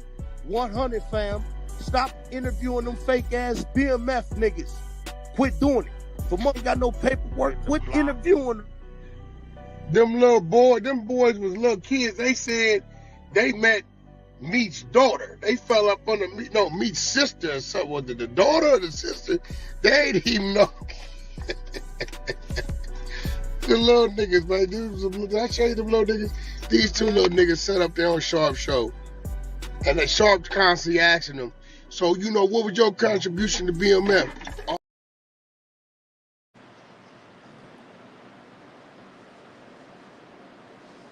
This Wig TV, man. He talking about Wano and the whole Eric Holder Shitty G situation. Risk my reputation and my YouTube page and my life telling a lie. It's a whole lot of more valuable lies to tell. And then not only that, bro said a whole lot of shit but not a whole lot. Cause he's a gangster. So he just text me a bunch of shit. Let me not disrespect that. But he said enough to go viral. But I didn't post that. It wasn't even about that. Me chasing that down was because I was in my feelings on the video and I accused the man of something that I did not know for sure that he had done. So then I owed that man to go track down the real information. Let me go. He say that was the whole reason why he initially even tried to tap in with Eric in the first place, as he was jumping off the, he jumped the gun with the big U shit. And that's what I'm saying. Like, nigga might have to, niggas might, I know apology, bro, because you look incredible fake way. You understand me, motherfucker? Like, he still can make these messages of whoop, like, what the fuck? But I ain't gonna lie, I went to the website, the same website that I posted up there with the pictures and shit showing how he got in contact with Eric. And he in that facility, bro, and you actually can, it's looking like you can get in contact with him through the way that he fucking did. But, yeah, man, so with that, right, it leaves the question, okay, so why the fuck would Brick Baby be talking about some, see, on one end, right, we got Brick Baby who kind of like, we know he's shitty, but we didn't know he was really connected to bruh like that. Them niggas over there do, but niggas on the internet ain't really know. So he made it clear to us, like, yeah, that was my little homie, man, I ain't proud of what the fuck he did, but that's my little homie. Then Shitty Baby tapped in from prison or from the mental fucking facility and say, nigga, that ain't my motherfucking big homie. I'm his fucking big homie. If anything, matter of fact, if his credit card checked out, I would fucking possibly be his big homie, but he ain't shit. Feel me? Brick come back and tell us yesterday, like, oh, this shit was a lie. Whoa, why the fuck would Eric Holder be worried about me first, as soon as he get out of jail? But like I was saying, Brick has been having hella traction, right? And it's like we both agree that some of his traction came from some of this shit pertaining to this, and on top of the no different shit. Okay, you fucking with them over there, but it's some other shit too. Like what's that shit called? Motherfucking excitement around your name pertaining to this shit, right? But he say, Brick was basically saying like, nigga, why the fuck would I want to be associated to the nigga? Like, why would I go out my way to be associated with the nigga when that's just gonna put me back in good graces with the people? You understand me? And it's like, it's some strange shit, bro. It's a lot to fucking trying to wrap your head around. One thing I will say is, the nigga is in that facility, bro. It's what it's looking like from my fucking research, right? And while I know it looks incredible, so niggas might, bro, probably, as a matter of fact, that's why I said it's still be room for some fucking skepticism. You understand me? So I don't know, man. This shit is looking crazy, but like he said, he don't got no reason to, but motherfucking clout. You know, like I said, niggas do anything for some fucking attention. Cause niggas be having money. Like these niggas who be rapping or be doing whatever. Niggas could be a fucking scammer, a crack seller, or whatever, but having a good little career under their table. Motherfucker want that attention though, so they become rappers and feel me and all that old other shit. Like want the spotlight on them like a fucking weirdo. Dumb nigga. Like, but yeah, man. So y'all let me know what y'all fucking think though, man. It's looking like Eric Holder really is, and get this.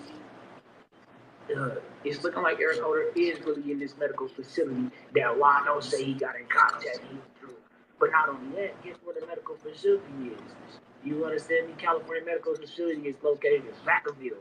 I'm like, okay, they got him in Vacaville, right? To keep him away from their members. Like, he done already went through some shit, so they trying to make sure he don't keep getting his ass beat or whatever the fuck. But yeah, man, y'all let me know what y'all think about this little, man, I went out my little light for y'all fake way. Like, it wasn't nothing though. Quick little, you understand me? And I see him, like, okay. But yeah, man, this shit crack. What's up, y'all? It's Double Wilson and this. But before I get started in the video, I just want to tell you guys something that care can't wait. It just simply cannot. From child care to paid leave to aging and disability care.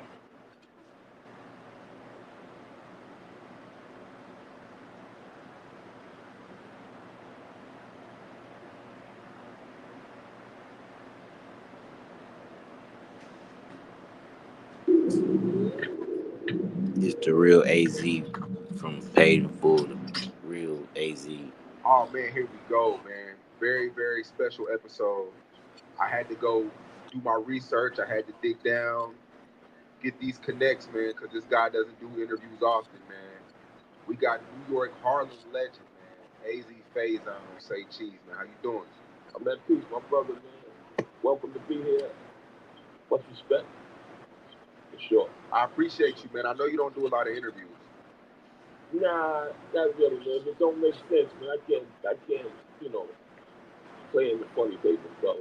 You know what I mean? If we going to deal with it, let's deal with the facts. I don't like to deal with the cartoon shit, if you understand what I'm coming from. Yeah. So what is it about, like, because you're not really all over social media. It's a lot of guys that are on every single platform. Is it one of them things where you're tired of talking about the past, or? Kind of, sort of, because what happened to us, it happened 32 years ago. I felt our era came to an end with the death of Donnell Porter, Mitch's little brother. May so rest in peace. And you keep talking about it, what sense does it make? It's over, it happened, it's done. You heard my story, you heard it from our poem, you heard it from, the people that was involved. But these other characters that you just talking, it's like, what are you talking about? It didn't go down like that, you know what I mean? Stuff like that bothers me, but I don't pay it no mind. I feel in the way that they try to feed their family in the now.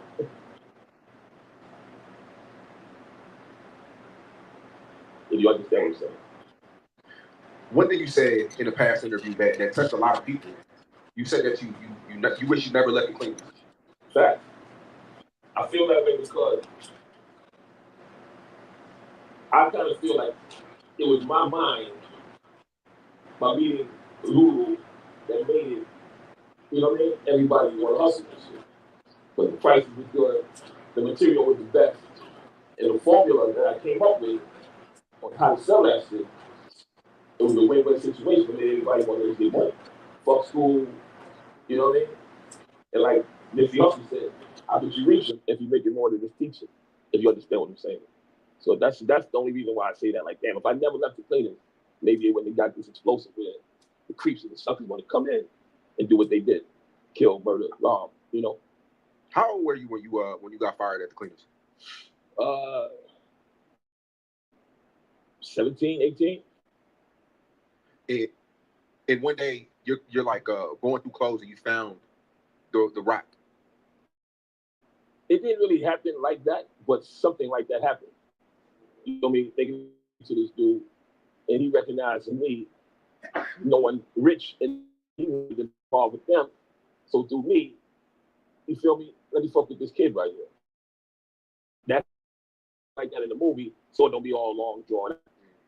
You know, one thing, bang, bang, bang, take it back, now I'm involved. That's the film. But in reality, it went another way, if you understand what I'm saying. Yeah. So you deliver this clothes to this guy, and he gives you like he pitches it to you. He give me a tip, like a big tip, like $100. One thing led to the next. Yo, your friend, man, Rich. Yo. I dance. I'm like, word, hit me something. I don't really know what to do with it. Every time I take it to Rich, I don't fuck with that. I'm fucking with the heroin at this time. This is coke. So I take it to the streets myself. Not even knowing the price, the numbers, and I give it up for a cheap price. Motherfuckers coming back. Like, yo, I'm more than that. I take the money back. And then I go, cool, take this. I move that fast. You know that's when I'm starting to learn. Okay, how this shit go? I'm giving away that shit to the motherfucker. And I'm just knocking down my door, so it was like an overnight success. If you understand what I'm saying. And at this time, you're living with your mom, right? Yes. Did she notice shit was going on by people coming over, knocking at the door and stuff like that? They wasn't knocking at the door, but you know, she noticed the money. And she was like, be careful. My pops was one that was always sensitive. You know what I mean? And you know, Mama Duke, like, be careful. You don't know, you feel me? And that's how that went. So your mom knew, but your dad, both parents knew. But your dad wasn't feeling. Nah, he never was feeling. Because, you know, I got 6 sisters, 2 brothers, and I'm bringing all this money in. I went from making $75 a week as a cleaner to making $7,500 a day. Like, within 4 or 5 days. You understand? So, everybody in the house, like, you know, my family told me, so by him, you know, I'm not, no disrespect to my father, but it's the way I understand now what's so they did. Like, man, I became the man of the household that it was his house at one time. You understand? Yeah. So it was, I mean, you were bringing home money, helping out around the house. Taking care of everything, bro. Food, cars, money, jewelry, you want. When did you notice that, you know, your life is changing forever? It was one day, I never forget. I always say this too. It was one day, it was a Friday, the first of the month. I had a whole kilo. I had 500 sugar, like something bottles. I'm working for myself. I'm sitting on the stoop, and I sold in all that shit for one day.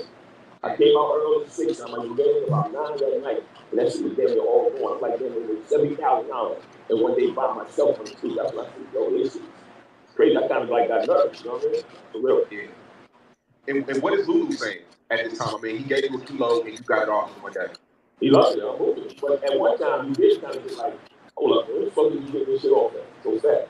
And he sent one of his people so I could show him how I'm moving. When I came back to the block, there was like 9 customers out there waiting for me.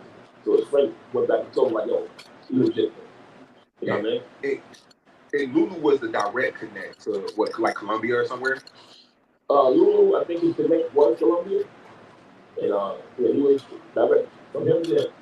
Yeah, because I mean, based off your interviews, the quality of his work was the best quality around. Top notch, good skill, light material. We want to see light material.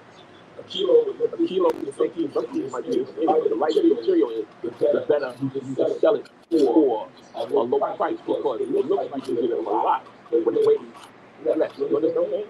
So you lose when it's from the clothes. The material was perfect for what I was doing. Yeah. Was there any other different drugs that Lulu tried to make you ask you to sell, like weed or heroin? That's all they had, though. So that's it. That's all. Yeah. So kilos. Okay. But kilos is 4 years scam. So you get rid of that kilo. What's after that? After that, showtime. They take a big deal. But I'm not taking it. I do it to 5, 6, start acting like I'm that dude. I took what I can move. You understand? I ain't gonna have 10 keys in my house. I took one, moved it, and then started getting crazy. I got locked up. I was on the hill. I was selling drugs on the hill. I got locked up. I think someone told on me. I had a few bottles in my pocket. I got locked up. They threw it out in court. And the next day, I got locked up again. And they threw it out again, but I'm like, damn, somebody tell me I had to move from that area. And that's when I started looking for a different spot. And I went down the hill on 7th Avenue, and I found this store. Much like Gangsta Lou, mother, his mom had a store that was closed. I said, Mom, let me get that spot for you. I'll do $700 a week. And she was like, all right, cool. Got the spot, I opened it up, and I started telling all the customers to come to that spot. And it was called the Green Door. The Green Door was making like $30,000, $40,000 a day. Easy. And the coke was so good, I'll never forget, at Harlem Hospital, they had a sign at Harlem Hospital saying, do not buy drugs, coke from the Green Door, right? It can make you have OD because it was so good. But that sign to me was a sign. It was like a commercial. That made things want to come back. That good. And that shit, for real. Yeah. That shit was like an overnight success. Because I was watching the documentary. Just 20 easy minutes to a Tuesday triumph. Sea Cuisine, your weeknight seafood win. My bad. Commercial went on. We was just Say Cheese TV. Sean Cotton interviewing AZ, the real AZ from Paid in Food. Ace Boogie. You know what I'm saying? And next up, I'm gonna play Crip Jesus reacting to the presidential debate.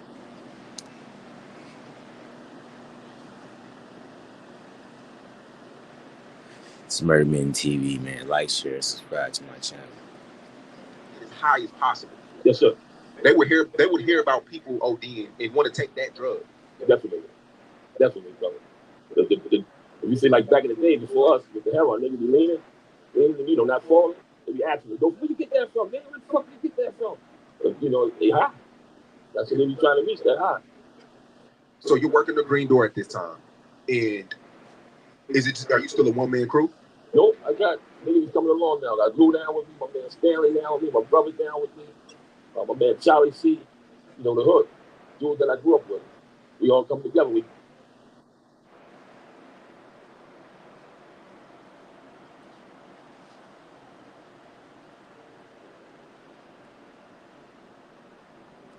What is the proof and what is the lie? He's family. Blue God, Crip Jesus, offering Blue Bible. And you know, last night was the Kamala Harris Donald Trump debate. I'm not gonna lie to you. That's my last night smoking weed. I rolled up a blunt, I turned it on, about 5 or 6 puffs in, I was asleep. And it was early. I missed all type of phone calls, everything. It was horrible. But it's hard for me to watch such stupidity. Not because I think they're stupid. Not because I feel like what I have to say is more important, but they have to say they're in real positions of power. It's because I'm watching two people who I know are foreigners sit up and debate about how they're going to control us, the real Americans. Those of us who have bloodlines that go back at least 200, 300, 400, 500, some thousands of years. Those of us who have families who bled and fought and died and triumphed and conquered and lost for this land. We get no say-so. But they said they get all the say-so. I'm not against voting. I'm not against politics. I'm saying we need to get into local politics. Shout out to Risen Islam. Assalamu alaikum. I like his message. Brother saying some real stuff. Now, I don't want people just to agree. You know, your $13 unreleased music package, we've been doing that. You know, so we're not here to talk about that right now. We got something really important to talk about. We're here talking about the Kamala Harris Donald Trump debate and what we're really watching. Now, if we go to the Blue Bible,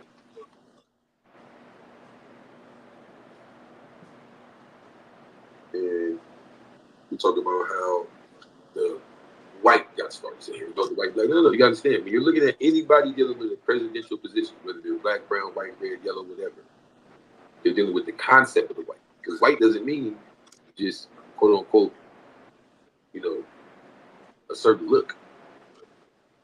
It's a status, just like black. It's a box you check in a census. You say on this, on that. It depends on how you get treated now. When did this begin? Let's go to page 48. You go to the index to white slavery. Go to page 48. It's going to tell you that the Muslim lord Yaqub al-Mansur was the third caliph of the Almohad Empire found by Ibn Tumar. He enslaved millions of Christians during the Holy Crusades. The captives he took were chained and shipped to Africa, but they were bought and sold. The word slave was derived from their ethnicity, Slav. Okay. Page 110. During the Holy Crusades, Yaqub al-Mansur captured thousands of Christians. He sold his captives in Africa. From Africa, they were sold as slaves until given the name Free White by the Freemasons in 1790 Rule of Naturalization Act. Thousands and thousands and thousands and thousands of captives from the Holy Crusades were held all throughout North Africa, and especially during the Barbary Wars. The Barbary Wars are what ended the majority of the white slave trade. They had been going on really big since the time of the Egyptians. Remember, in the beginning of the Bible, they're talking about how they were slaves to our ancestors in Egypt. Now look, September 1816, it was signed, okay, the treaty was signed on September 24th, 1816. The day freed 1,083 Christian slaves, and the British Consul repaid the ransom money taken in 1816, about 80,000 pounds. Over 3,000 slaves in total were later freed. Fisher notes Algiers as the sole case in the 60 years of the British slave trade suppression, in which a large number of British lives were lost in actual combat.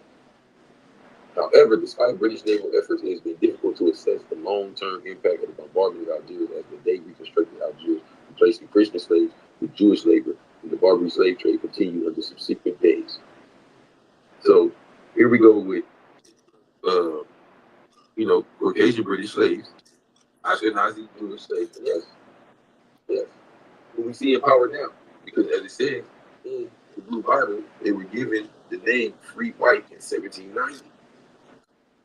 This is when they started freeing them, giving them a position of power over here to create the quote-unquote elite race. The elite race of the United States of America is made up of a bunch of foreigners. People who either descended from those first foreigners, the ones they made white, the slaves who they gave the name Free White in 1790, or it's made up of newer foreigners who have fallen in line with their agenda. Now, don't believe me? Let's get into it. So, who is Kamala Harris? Who is Donald Trump? So here goes the family of Donald Trump. That last name you have is very extremely important. Okay. Ivana Trump. She's a Czechoslovak. Okay. Melania Trump. Another Yugoslav. Slav. Pay attention. Ancestry. Okay. His family descended from a man named Hans Rumpf. H-R-U-M-P-F. He settled in Kronstadt, a village in the electoral college in Germany. But it was the Holy Roman Empire. In 1608, descendants changed their name from Jump to Trump during the 30 Years' War. The last name Trump is on record in Kronstadt since the 18th century. Hold on. He found several variations in the spelling of the surname in the village archives, including Trump, and Jump. In every diverse variation is spelling from common German names. German. Come on, bro. Johannes Trump, born in a nearby village in Bovinghy, Hamburg, 1789. In the early 1830s, Weingold, Cal State grandson Frederick Trump, grandfather of Donald Trump, was born in 1869, Kingdom of Bavaria. The German heritage was long concealed by Donald Trump's father, Fred Trump, who had grown up in a mainly German-speaking environment until he was 10 years old. After World War II, in the 1980s, he told people he was of Swedish ancestry. He did on the spies, bro. We did a full-fledged foreign spy. So y'all arguing about which one? We talking about how we gonna get these local politics, how we gonna separate from the government. There's no winners. So I just watching my people go back and forth and not talking about autonomy. It's time to separate. And it's time to deal with local politics. Here. There's no other conversation yet. So, yeah, let's go into the model. Okay. No. Let's go back. Okay. Family of Obama. Check this out.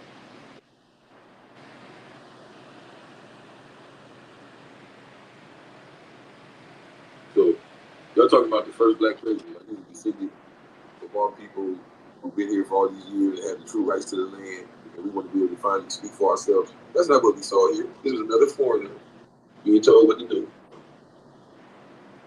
Right? The best we can say is the white. That's another conversation. So, Lolo Santoro, a Javanese, the second husband of Ann Dunham, married on March 15, 1965, stepfather of Barack Obama. He is Maya Santoro Uni's father. After his divorce from Dunham, Santoro married Erna Castillo. They had two children, Yusuf Adi Santoro and Rahayu Memeda Santoro. Indonesia, where he was raised, not the United States. Okay? This dude was raised on islands like Indonesia and Hawaii. He came to the U.S. later. His last name, his heritage, is African. Not black, African American, Polish, Aboriginal, Asiatic, of North America. No. This is like them going right now over to the island or to the Congo and getting somebody to say, oh, okay, the mother has a connection to the United States. Okay, yeah, we're going to use your child for this. Maternal grandfather to Barack Obama, he was born on Yango Obama. The Lu are given names related to the circumstances of their birth. Yango means born in the early morning. Okay. The Mau Mau rebels. Habiba Akuma Obama. And all love to these people. They're not like us. They're not like us. This is never, when is it going to be? You know what I'm saying? Ron Johnson.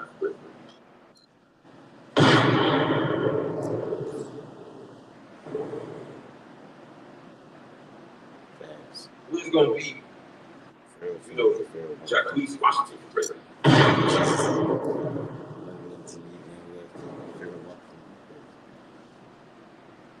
That's the local offices. Who's going to be? You know, so now this leads to the family who's supposed to represent that new face. Who's supposed to be the sister of the situation. Black power. So now they playing with it. Harris' maternal ancestry comes from Tamil Nadu, India. Tamil Nadu, India. Her maternal ancestry comes from St. Anne, Jamaica.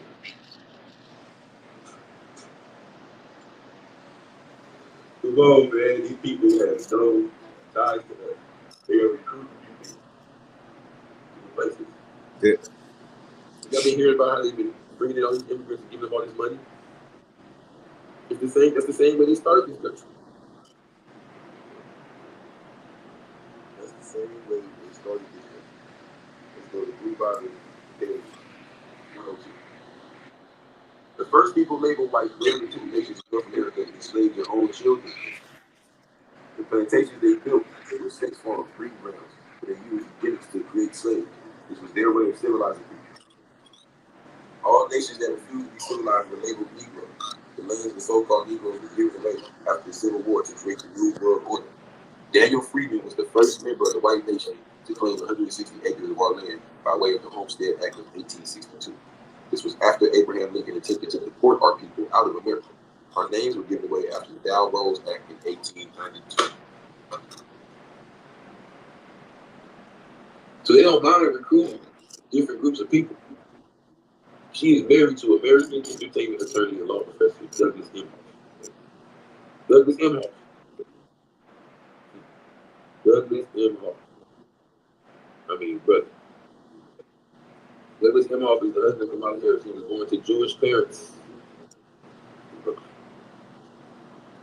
Starting to see his pattern here. These are the families of those white slaves. This is why the country started with the Barbary War. This country started with them enslaved to the sultans, the Moors. Well, the sultans were the Moors. Once they got some freedom, once they negotiated for some freedom, they got themselves established over here. Now they call themselves getting some payback, I guess. The question is, are we going to sit here and tell history stories all day? Or are we going to start getting to the nitty-gritty? Because everything I teach in these books, you use it right now as we do it right now. A full breakdown. So let's keep going. Now, Doug Emhoff.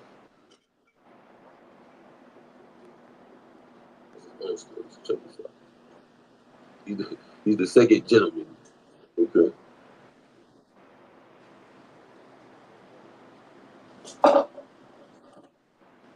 As the first Jewish spouse. Hold on. As the first Jewish spouse of a president or a vice president, Emhoff emerged as one of the Biden administration's most prominent faces in the fight against anti-Semitism after November 2022 meeting between former President Donald Trump, Kanye West, and Nick Fuentes. The White House announced that Emhoff would lead a roundtable on anti-Semitism on December 7th. I mean, you can't make this stuff up. So, back to the family of Kamala Harris. Okay. Because it seems like they want us to focus on. Now, look at Shyamala Kaplan. Shyamala Kaplan was the mother of Kamala Harris. Shyamala was a biomedical scientist at Lawrence Berkeley Berkeley isolated. Blah, blah, blah, blah. That's all I want to give you. You know why? Because you see her name Shyamala? This is not like she's Indian, like was the Indian slave that was over here working in Jamaica. No, bro. Stop that. I'm trying to make it fit in. She's Indian. Like she was raised in India, the country. Foreign exchange.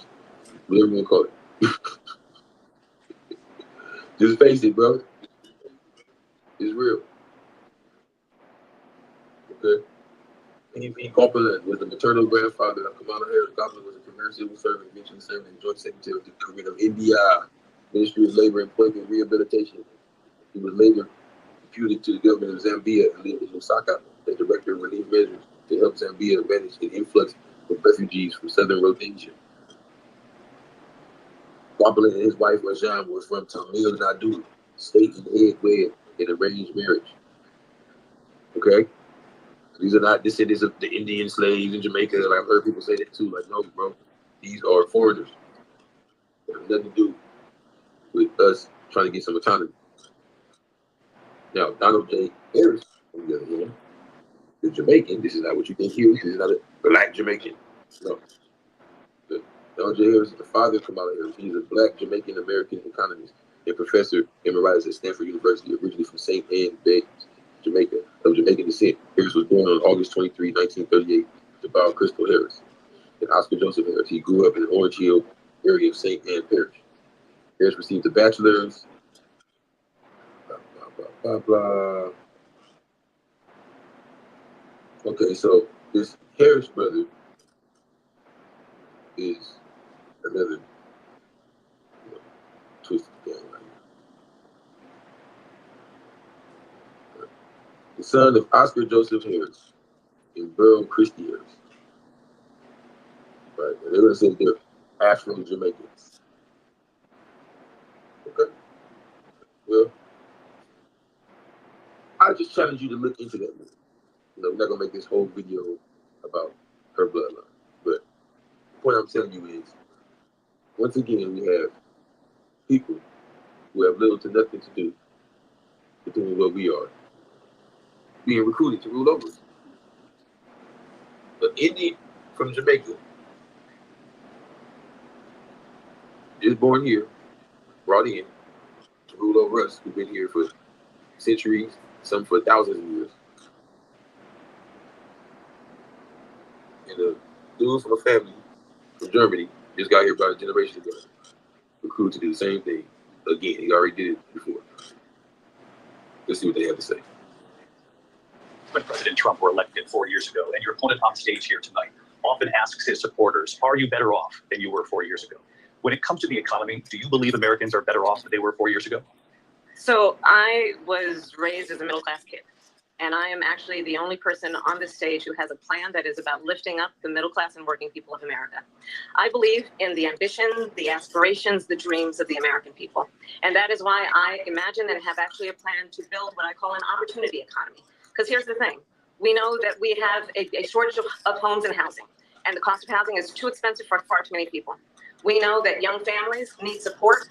to raise their children, and I intend on extending a tax cut for those families of $6,000, which is the largest child tax credit that we have given in a long time, so that those young families can afford to buy a crib, buy a car seat, buy clothes for their children. My passion, one of them, is small businesses. My mother raised my sister and me, but there was a woman who helped raise us. We call her our second mother. She was a small business owner. I love our small businesses. My plan is to give a $50,000 tax deduction to startup small businesses, knowing they are part of the backbone of America's economy. My opponent, on the other hand, his plan is to do what he has done before, which is to provide a tax cut for billionaires and big corporations, which will result in $5 trillion to America's deficit. My opponent has a plan that I call the Trump sales tax, which would be a 20% tax on everyday goods that you rely on to get through the month. Economists have said that Trump sales tax would actually result for middle-class families in about $4,000 more a year because of his policies and his ideas about what should be the backs of middle-class people paying for tax cuts for billionaires. President Trump, I'll give you 2 minutes. First of all, I have no sales tax. That's an incorrect statement. She knows that. We're doing tariffs on other countries. Other countries are going to finally, after 75 years, pay us back for all that we've done for the world. And the tariff will be substantial in some cases. I took in billions and billions of dollars, as you know, from China. In fact, they never took the tariff off because there was so much money they can't. It would totally destroy everything that they've set out to do. They're taking in billions of dollars from China and other places. They've left the tariffs on. When I had it, I had tariffs, and yet I had no inflation. Look, we've had a terrible economy because inflation which is really known as a country buster. It breaks up countries. We have inflation like very few people have ever seen before, probably the worst in our nation's history. We were at 21%, but that's being generous because many things are 50, 60, 70, and 80% higher than they were just a few years ago. This has been a disaster for people, for the middle class, but for every class. On top of that, we have millions of people pouring into our country from prisons and jails, from institutions and insane asylums, and they're coming in and they're taking jobs that are right now by African Americans and Hispanics, and also unions. Unions are going to be affected very soon. And you see what's happening. You see what's happening with towns throughout the United States. You look at Springfield, Ohio. You look at Aurora in Colorado. They are taking over the towns. They're taking over buildings. They're going in violently. These are the people that she and Biden led into our country, and they're destroying our country. They're dangerous. They're at the highest level of criminality, and we have to get them out. We have to get them out fast. I created one of the greatest economies in the history of our country. I'll do it again and even better. We are going to get to immigration and border security during this debate, but I would like to let Vice President Harris respond on the economy here. Well, I would love to. Let's talk about what Donald Trump left us. Donald Trump left us the worst unemployment since the Great Depression. Donald Trump left us the worst public health epidemic in a century. Donald Trump left us the worst attack on our democracy since the Civil War. And what we have done is clean up Donald Trump's mess. What we have done and what I intend to do is build on what we know are the aspirations and the hopes of the American people. But I'm going to tell you all in this debate tonight, you're going to hear from the same old tired playbook, a bunch of lies, grievances, and name calling. What you're going to hear tonight is a detailed and dangerous plan called Project 2025 that the former president intends on implementing if he were elected again. I believe very strongly that the American people want a president who understands the importance of bringing us together, knowing we have so much more in common than what separates us. And I pledge to you to be a president for all Americans. President Trump will give you a minute to respond. Number one, I have nothing to do with you know. Facts, man. Fuck that hunky, man. Black power, man. I don't give a fuck about nothing. What he talking about? I'm keeping real 1,000 with you, man. I don't give a fuck about none of that shit. You feel me? I'm with Kamala, but I'm an open book. Everybody knows what I'm going to do. Cut taxes very substantially and create a great economy like I did before. We had the greatest economy. We got hit with a pandemic. And the pandemic was not since 1917, where 100 million people died, has there been anything like it. We did a phenomenal job with the pandemic. We handed them over a country where the economy and where the stock market was higher than it was before the pandemic came in. Nobody's ever seen anything like it. We made ventilators for the entire world. We got masks, we got masks. We did things that nobody thought possible. And people give me credit for rebuilding the military. They give me credit for a lot of things, but not enough credit for the great job we did with the pandemic. But the only jobs they got were bounce back jobs. These were jobs bounced back, and it bounced back, and it went to their benefit. But I was the one that created them. They know it, and so does everybody else. Vice President Harris, I'll let you respond. So Donald Trump has no plan for you. And when you look at his economic plan, it's all about tax breaks for the richest people. I am offering what I describe as an opportunity economy, and the best economists in our country, if not the world, have reviewed our relative plans for the future of America. What Goldman Sachs has said is that Donald Trump's plan would make the economy worse. Mine would strengthen the economy. What the Wharton School has said is Donald Trump's plan would actually explode the deficit. 16 Nobel laureates have described his economic plan as something that would increase inflation and by the middle of next year would invite a recession. You just have to look at where we are and where we stand on the issues. And I'd invite you to know that Donald Trump actually has no plan for you because he is more interested in defending himself than he is in looking out for you. I went to the Wharton School of Finance, and many of those professors, the top professors, think my plan is a brilliant plan. It's a great plan. It's a plan that's going to bring up our worth, our value as a country. It's going to make people want to be able to go and work and create jobs and create a lot of good, solid money for our country. And just to finish off, she doesn't have a plan. She copied Biden's plan, and it's like 4 sentences, like run, spot, run. 4 sentences that are just, oh, we'll try and lower taxes. She doesn't have a plan. Take a look at her plan. She doesn't have a plan. Mr. President, I do want to drill down on something you both brought up. The Vice President brought up your tariffs. You responded, and let's drill down on this because your plan is what she calls is essentially a national sales tax. Your proposal calls for tariffs, as you pointed out here, on foreign imports across the board. You recently said that you might double your plan, imposing tariffs up to 20% on goods coming into this country. As you know, many economists say that with tariffs at that level, costs are then passed on to the consumer.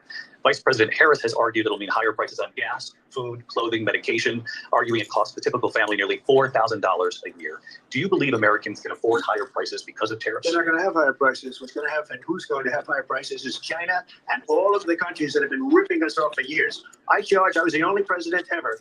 China was paying us hundreds of billions of dollars, and so were other countries. And, you know, if she doesn't like them, they should have gone out and they should have immediately cut the tariffs. But those tariffs are there 3.5 years now under their administration.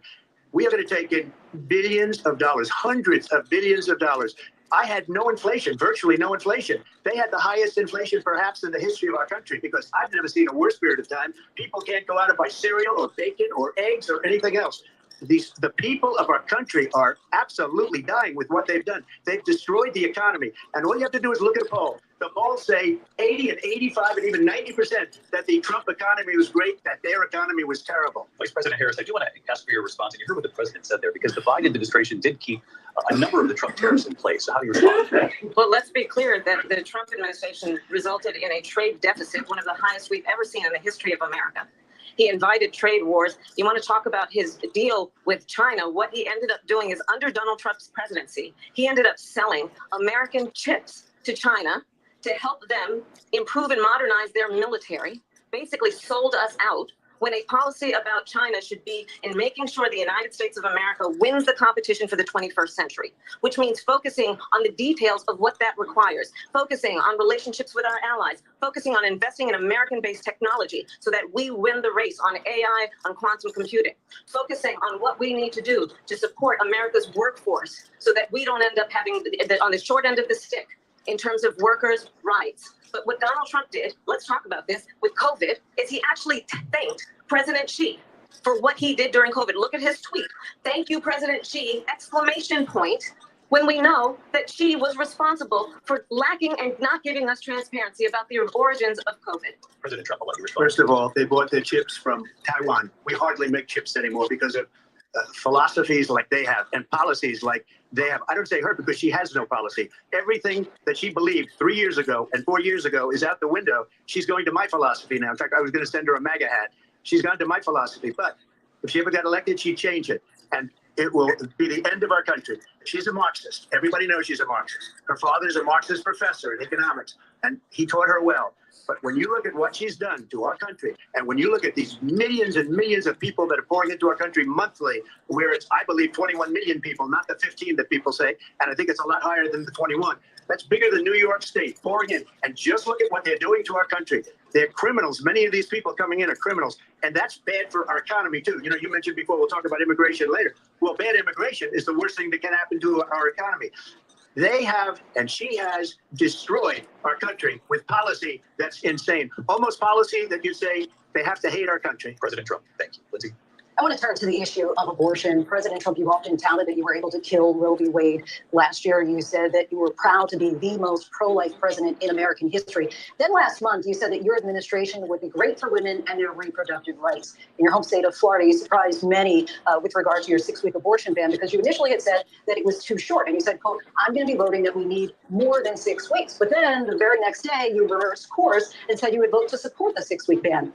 Vice President Harris says that women shouldn't trust you on the issue of abortion because you've changed your position so many times. Therefore, why should they trust you? So the reason I'm doing that vote is because the plan is, as you know, the vote is, they have abortion in the 9th month. They even have, and you can look at the governor of West Virginia, the previous governor of West Virginia, not the current governor, is doing an excellent job, but the governor before, he said the baby will be born and we will decide what to do with the baby. In other words, we'll execute the baby. And that's why I did that, because that predominates, because they're radical. The Democrats are radical in that. And her vice presidential I'm with Kamala. I ain't these ramblings going on. I don't even know what you're talking about. He also says execution after birth. It's an execution, no longer abortion. If the baby is born, it is okay. And that's not okay with me, hence the vote. But what I did is something for 52 years they've been trying to get Roe v. Wade into the states. And through the genius and heart and strength of 6 Supreme Court justices, we were able to do that. Now, I believe in the exceptions for rape, incest, and life of the mother. I believe strongly in it. Ronald Reagan did also. 85% of Republicans did exceptions. Very important. We were able to get it, and now states are voting on it. And for the first time, you're going to see, look, this is an issue that's torn our country apart for 52 years. Every legal scholar, every Democrat, every Republican, liberal, conservative, they all wanted this issue to be brought back to the states where the people could vote. And that's what happened. Now, Ohio, the vote was somewhat liberal. Kansas, the vote was somewhat liberal, much more liberal than people would have thought. But each individual state is voting. It's the vote of the people now. It's not tied up in the federal government. I did a great service in doing it. It took courage to do it. And the Supreme Court had great courage in doing it. And I give tremendous credit to those 6 justices. There is no state in this country where it is legal to kill a baby after it's born. Madam Vice President, I want to get your response to it, President. Well, as I said, you're going to hear a bunch of lies, and that's not actually a surprising fact. Let's understand how we got here. Donald Trump hand-selected 3 members of the United States Supreme Court with the intention that they would undo the protections of Roe v. Wade. So it's funny how they went straight from economics to abortion, right?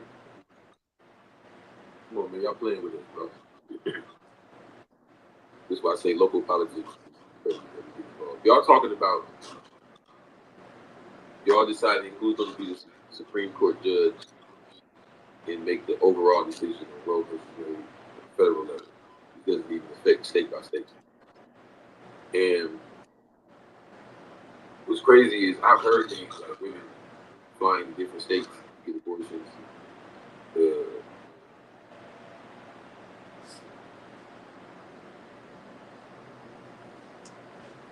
It bugs to the brain. That's all of that right there. And shit like that be bringing a tear to my eye, you know? So it reminded me of what Nick said in Rats in the Middle. I'm shedding tears, but I don't wipe them up. I'm down like sniffling over here. Well, you know what I'm saying? But nah. All jokey jokes aside, man, long list of the great. Marathon continues, but it inspires me to come up here and I want to talk to everybody, or just I want to the documentary. This ain't even my own shit. All in the buildings, like the like button, no pressure. You know what I'm saying? They just like that like button, you put more of my content here, whatever the case may be. I want to talk to y'all. Yeah, I will talk a little bit throughout the process, but there's a documentary. It's called From Erm to Nip, okay? And it's by, press pause right there. Get the window back up in here. It's by Buttervision, man. So anybody that's just like a light Nipsey fan, you know, or pupil, if you're intelligent, I'll be just a fan of Nipsey. You will become a pupil or a student of Nipsey. So for all of y'all with some semblance of intelligence, I want to introduce y'all to Buttervision. And Buttervision is the brainchild of a brother named Dexter Brown. And Dexter Brown has one hell of a story and connection to Nipsey that most people don't know about. And it's been a couple of years since I watched this, and I want to take, you know what I'm saying, take my hat off to Brother Dexter Brown, and I appreciate you, brother, for letting me play this shit on my platform, giving me the blessing. But yeah, let's just watch this shit tonight. You know, I felt inspired to share this or whatever the case may be. Did you see the video I sent you of the guy that supposedly got a letter from Eric Holder? Yeah, I saw that, you know. Respectfully, brothers, you know, no disrespect to you at all, AB. You already know. But when it be certain shit that come across my proverbial desk or whatever the case may be, and if you don't like when this shit that come out and it pop out like high level of social currency with it, like the internet going crazy. If you don't see me like pop out and talk about that shit, you know, and cover that, that's for a reason. You know what I'm saying? I'll leave that right there. You know, you feel me? What's up, bro? As one divided we fall is in the building. What's going on, Unc? How you doing? But yeah, you know, I'm not like the foremost leading authority when it comes to all things nip, but when it comes to certain shit, like if you don't see me pop out, validate nothing, or whatever the case may be, is, you know, yeah, you know what I'm saying? I'm like, okay. If I talk about it, I might like give some like level of credence to it, but that right there, that's a wobbler for me. I never spoke about it, but you know, let's give the internet some high level of social currency with this documentary from Earn to Nipsey and beyond. 2002 to 2007.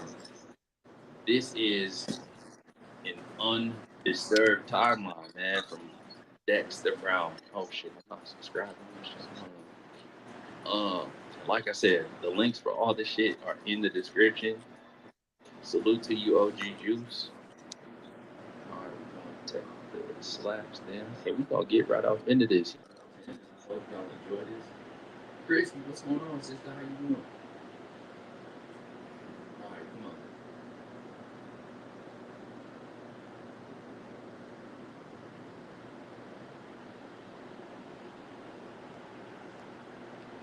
All right, Buttervision continues to believe that our story matters to the narrative of Nipsey Hussle.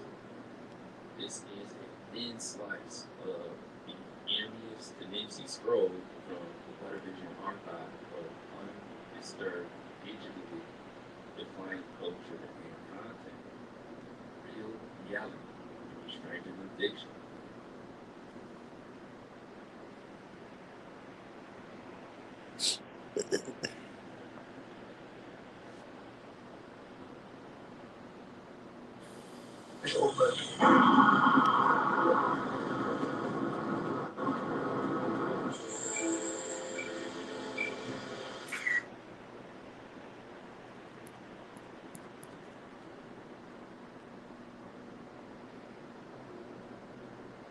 And that's what niggas missing on the West Coast, period. Because niggas niggas ain't representing right. West Coast is garbage as far as Ice Cube and them is washed. Them niggas is through. That shit is over. Niggas ain't trying to hear that shit no more. Niggas want to really hear niggas rap now. Want to hear some real rap. Young niggas. Right. There's a lot of young niggas on the West Coast. Hell yeah. Hell yeah. I'm 26, nigga. I ain't been singing. I've been in the gang since I was 18. Exactly. I've been on everybody's shit. Been on shit and niggas ain't and still ain't doing this.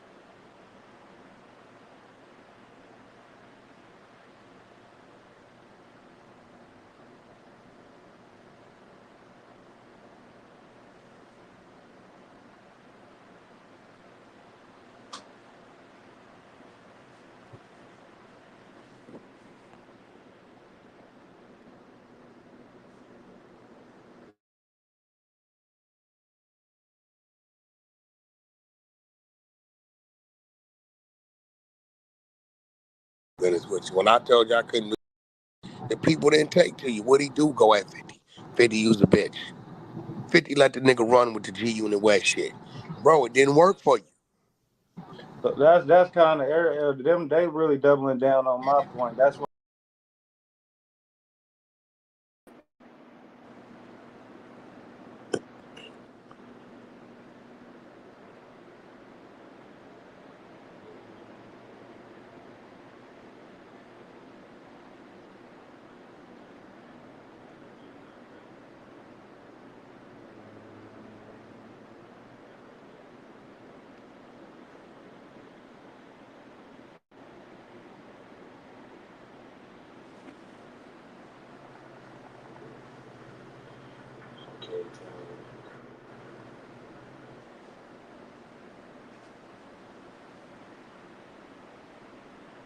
Yes, sir. Like they good quality. So like yeah, sweatsuits 400, 100% cotton, acid wash fabric, right? Yeah. So, yeah. Yeah. Did you send her the file? I'm gonna send it right now.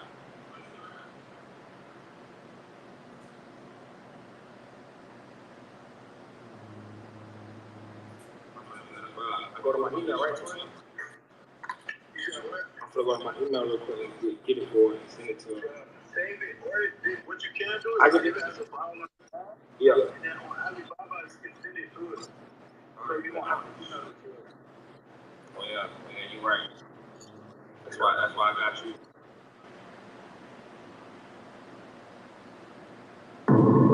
Jimmy!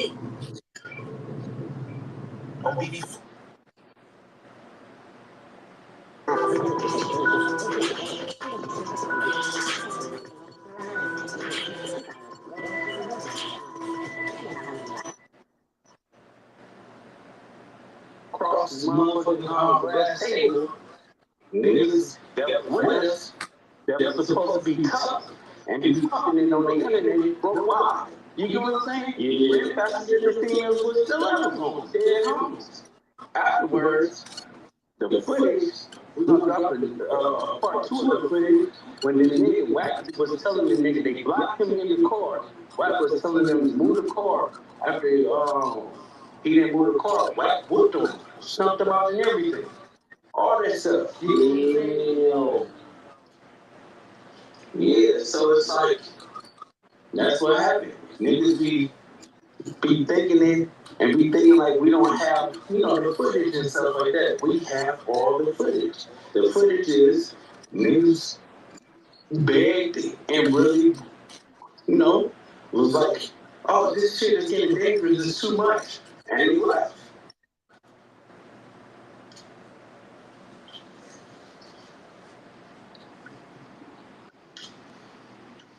So the nigga Demon Time Anxiety's got the hell on him out of there. He ran like a little bitch. That's what I was about to ask you, Go. So you said that somebody, we popped it on the internet, they was dead and they got it out there again. Who you speaking of? Everybody was there. Did you see Demon Time? Yeah, hell no. That nigga got the hell on. I seen him at first. You seen him at first, and then it was gone. It was like Casper, right? Shit, that's crazy. So Demon Time is in the building right now. I'm chasing off my name. Oh, they didn't know I was such a big figure like that, man. Who's listen, you caucasians, hey, you come up and say that I'm out of here, bro. Like, bro, there's no more giving him, putting him on here, bro, with me. Oh, yeah. Damn. What the beat? That was definitely a disgruntled employee, boy. That nigga still lying on.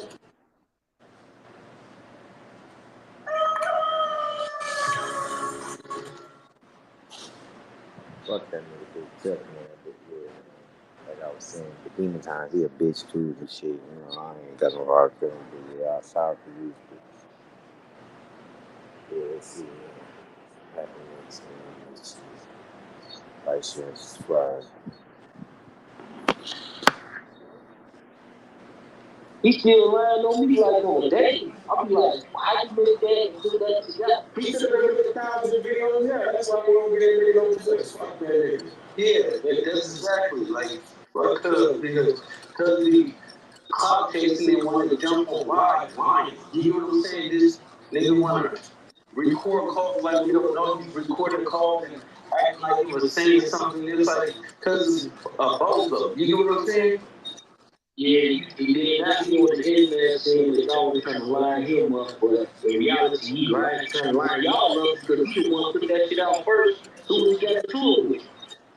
Exactly, but me and Wack already knew what he was doing. Like the whole time we knew what he was doing.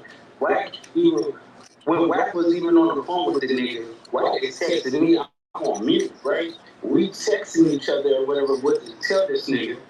This nigga runs to the internet and say, I told you, Wack and Lil Kim don't like each other. Like, and then Wack put out the text messages and stuff like that. Y'all see we double date and go places at least 3 or 4 times a week. You know what I'm saying? So niggas don't even understand like the bond me and Wack got. So we do certain things is trolling. So now since the footage gets out, we was like, okay, we're gonna drop it. And we're going to see if this is still alive. The next footage is the nigga begging for his life.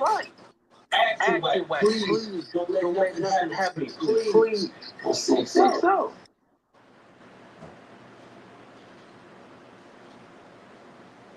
For real, that's crazy, man. I can't even believe that shit. Hey, look, but why I got you here, I gotta ask you this shit about Brick Baby. You know what I'm saying? Brick Baby, and they saying this is fake Eric Holden. And Brick Baby was murdered. Now he in a situation where he was with Nina Boy. You heard about this? Yeah. So you have to understand, Brick Baby. Remember, he's part of the First Avengers. So basically, his superpower is always getting on the phone, getting copied and pleaded and shit like that. You know what I'm saying? Like, the nigga is really a bozo. And if you do their research, and then it's a while, it's not really lying. That's crazy. So if I just come out, I told that I said, if it's true, I would like that. Give me a video of Eric Holden being able to do it on the tablet. You know what I'm saying? So that's the next movement. Like, you pull over and shit. Like, how you feel about Eric Holden sending a message that you know saying that his name is CG, as in gangster? Like, because a lot of people on the internet, like, I'm not from there, but they kept saying that Big O's would have never made that they name. No, see, we have to take that into accountability too, because we don't say that, and we don't say gangster. You get what I'm saying? So that's two discrepancies. But the only thing I could vouch for is he's in the same prison. That's the same number that the dude is sending packages to, or whatever. And he's actually sending him mail. You get what I'm saying? Putting money on his books. So it's a conversation, and it's something being talked about, but I wanted for the next evidence to come about so it could be 100% stamped. But we all know Brick Baby, every single thing, every day, every week, he's copying and pleading to somebody. He's talking, get on no jumper, talk shit, and then the very next day he gets caught on the phone, copying and pleading. We just seen it with the Frosty nigga. You know what I'm saying? When the blind nigga making a three-way call. I don't know how is that possible, but hold on. I don't know what you're talking about. So the Spider Girl nigga and the Peanut Butter Munch, they was doing a podcast, and when they was doing a podcast or whatever, they had the nigga Frosty on it, and then Brick Baby called in. And then before they connected the call, the blind nigga, before he connected the call, the nigga Frosty said, I don't even want to talk to Brick Baby because all he's going to do is copy and plead. Soon as Spider Little begging, please, Please put it out so we can go viral. Please put it out. This sweetheart ass is begging, Goofy, and then Puka Butts, Brick Baby, is actually gets on the line, copping and pleading, doing exactly what the nigga said he was gonna do. And it's just like, it's a damn shame because he never could stand on business. He's just the ultimate buster. And after he did this shit with YSL Woody, like, all the little homies and the homies is like, oh yeah, cousin ain't from the set. Man, that nigga Brick Baby all bad, man. That nigga fucking goofy. Man, these niggas real goofies out here. Internet. So it's the same thing that he said Wack did with 6ix9ine, but this nigga did it with YSL Woody, taking pictures, videos, and all this other stuff. You know what I'm saying? He just he's a weirdo. But the crazy thing about that, Lou, is he seen this nigga on the stand right and then took the picture with him. Exactly. That's the crazy part. It's like a nigga don't even think about certain shit. You know what I'm saying? He's crashing out every single time. Like we can tell. Like after I've been going after Brick Baby, I'm destroying his numbers, his credibility, because I'm exposing everything that this nigga do. And now everybody, the fans are seeing it. You get what I'm saying? They understanding like, oh yeah, he's a bozo, he's a bitch. They're not even watching his show. If we want our ladies to have great reproductive health and also be educated, they have to come out. Yeah, that nigga Brick Baby ultimate buster, man. That nigga is super fucking goofy, like gang goofy for real, Like, what the fuck are you thinking? Yeah, it's Double MTV, bro. Like, share, subscribe to the content. Yeah, after he say on the Squabble Cowboy, then he talking about Sadie Nash, Gunna, and Woody, and all these people, but he be hanging with them. And, I don't know, making up excuses, talking about him. I don't know, man. This is just getting, like, people just be saying anything. You know what I'm saying? Like, I don't even rock with a lot of these dudes. You know what I'm saying? These are real busters. Real and soft ass, pussy ass. Sweet. Yeah, I don't fuck with Demon Time or that name. But, I fuck with my boy Loose. Yeah, we'll see about that Wano shit. And we'll see what Loose got to say. I'm gonna drop the footage of Wack 100. I've been going after Brick Baby. I'm destroying his numbers, his credibility, because I'm exposing everything that this nigga do. And now everybody, the fans are seeing it. You get what I'm saying? They understanding like, oh yeah, he's a bozo, he's a bitch. They're not even watching his show, his streams and stuff like that. The only time they watch No Jumper really is the Wack and Adam show.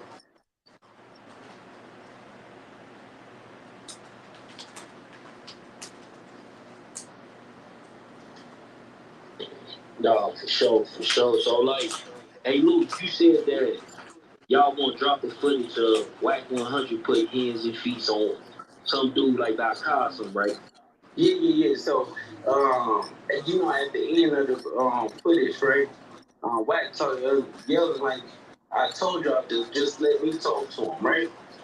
Or whatever. And he was like, that got me blocked in.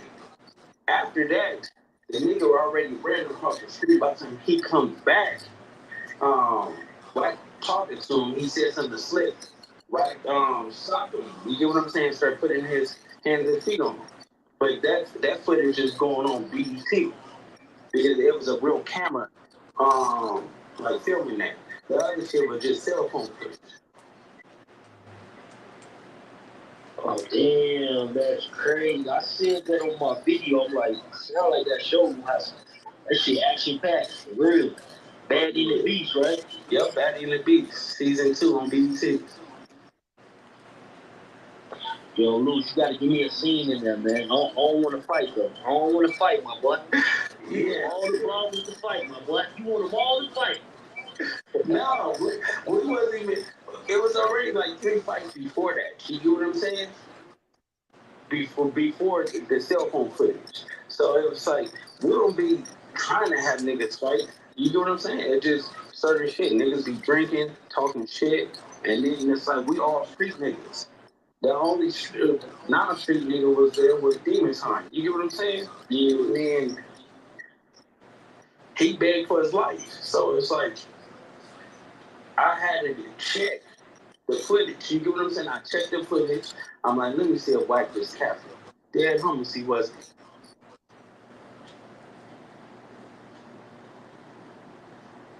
Thank you for watching the video. We hope you enjoyed it. If you did, please like, subscribe to the video, and follow us. That's crazy.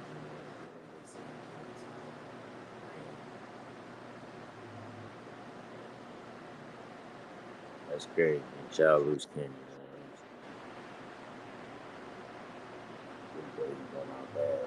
Ladies and gentlemen, we about to go through real life facts that these people don't want you to understand.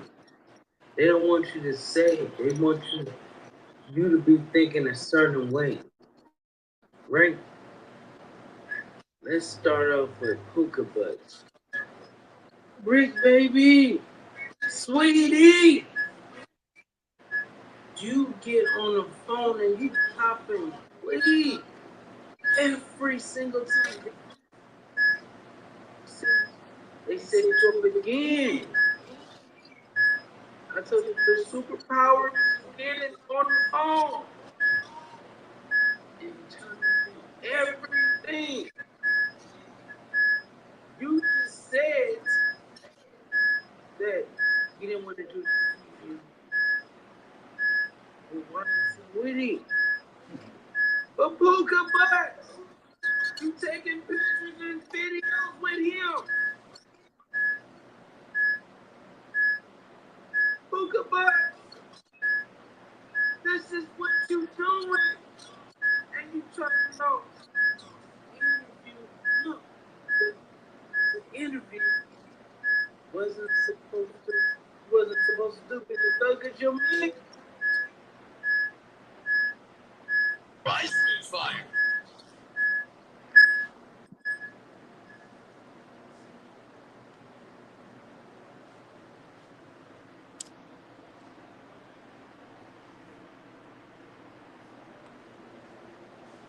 Yeah, what the hell is that?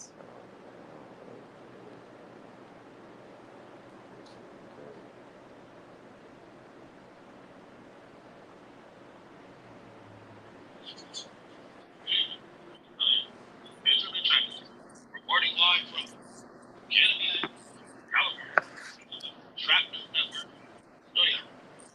Tonight, we will be giving you the truth behind wedding clocks dark Frankie Max. So sit back, relax, grow yourself a blunt or a shot, and enjoy tonight's episode of Trap Facts with Benjamin Trappington. Let's get to it.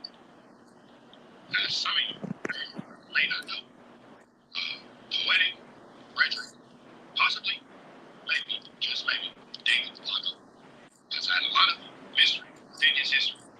Is he from Pennsylvania? Is he from Dakota? Or is he from White area? What is his real name? What is his real age? Let's get into the events that brought us here. Let's take it to you, Lush. To be honest, I feel some type of way that he's had his army of Discord fucking J-Cats flooding the Reddit, talking shit about me, posting pictures of my family, doing all kinds of crazy shit, going hard. So if he really wants it, like, I don't have any dislike for Flacco, but if that's what he wants, fuck it, you feel me? He gonna get it. And I'm not saying I'm gonna win or lose, but I'm definitely not turning down no fades with nobody, especially some fucking lion-ass fucking J-Cat who's from Philly but pretended he wasn't because nobody fucks with him where he's from. So he made up a story and said he's from North Dakota. Now you maybe what brought Lush and pathetic Flacco to such a gruesome end. Let's take it back a few days before Zone 2, where Lush decided to expose Flacco for the fraud he is by way of Flacco's old classmates from Pennsylvania. Okay, Joe. What about this shit, bro? So, Joe, what's going on, bro? So, Earlier, you said you've known him from 7th grade to 12th grade, correct? Yes. And you said that he moved to Darby, Pennsylvania, which has a big Liberian community, correct? So it makes sense that he would live there. Not a white community. It's a full-blown black African community and shit like that. Right. The Africans will be Liberians and, you know what I'm saying, all kinds of Africans from different countries and shit. That live in Darby, that live in England and shit. They from Southwest Philly and shit. Darby is right near Southwest Philly and shit. That's why I'm saying he's from Philly, but he's really from the county, though. He's from Darby and shit. So, you know what I'm saying? He wasn't never active in the streets, none of this shit. He was always a schoolboy and shit. He was always in the crib and shit. You know what I'm saying? Were you guys friends? We were never best friends either. We never even hung out outside of school. I had my friends, I had my niggas I grew up with. I was in the streets with and shit. I never seen Frederick outside. And plus, me and him, we never hung out. We be outside, hung out with him in school and shit. I was probably cheating off on him on the self or some shit like that. But I wasn't even like, you know what I'm saying? He was cool. Like I said, I ain't had no problems with Frederick and shit. Why do you... One of his mans in 8th grade. I beat up one of his mans in 8th grade.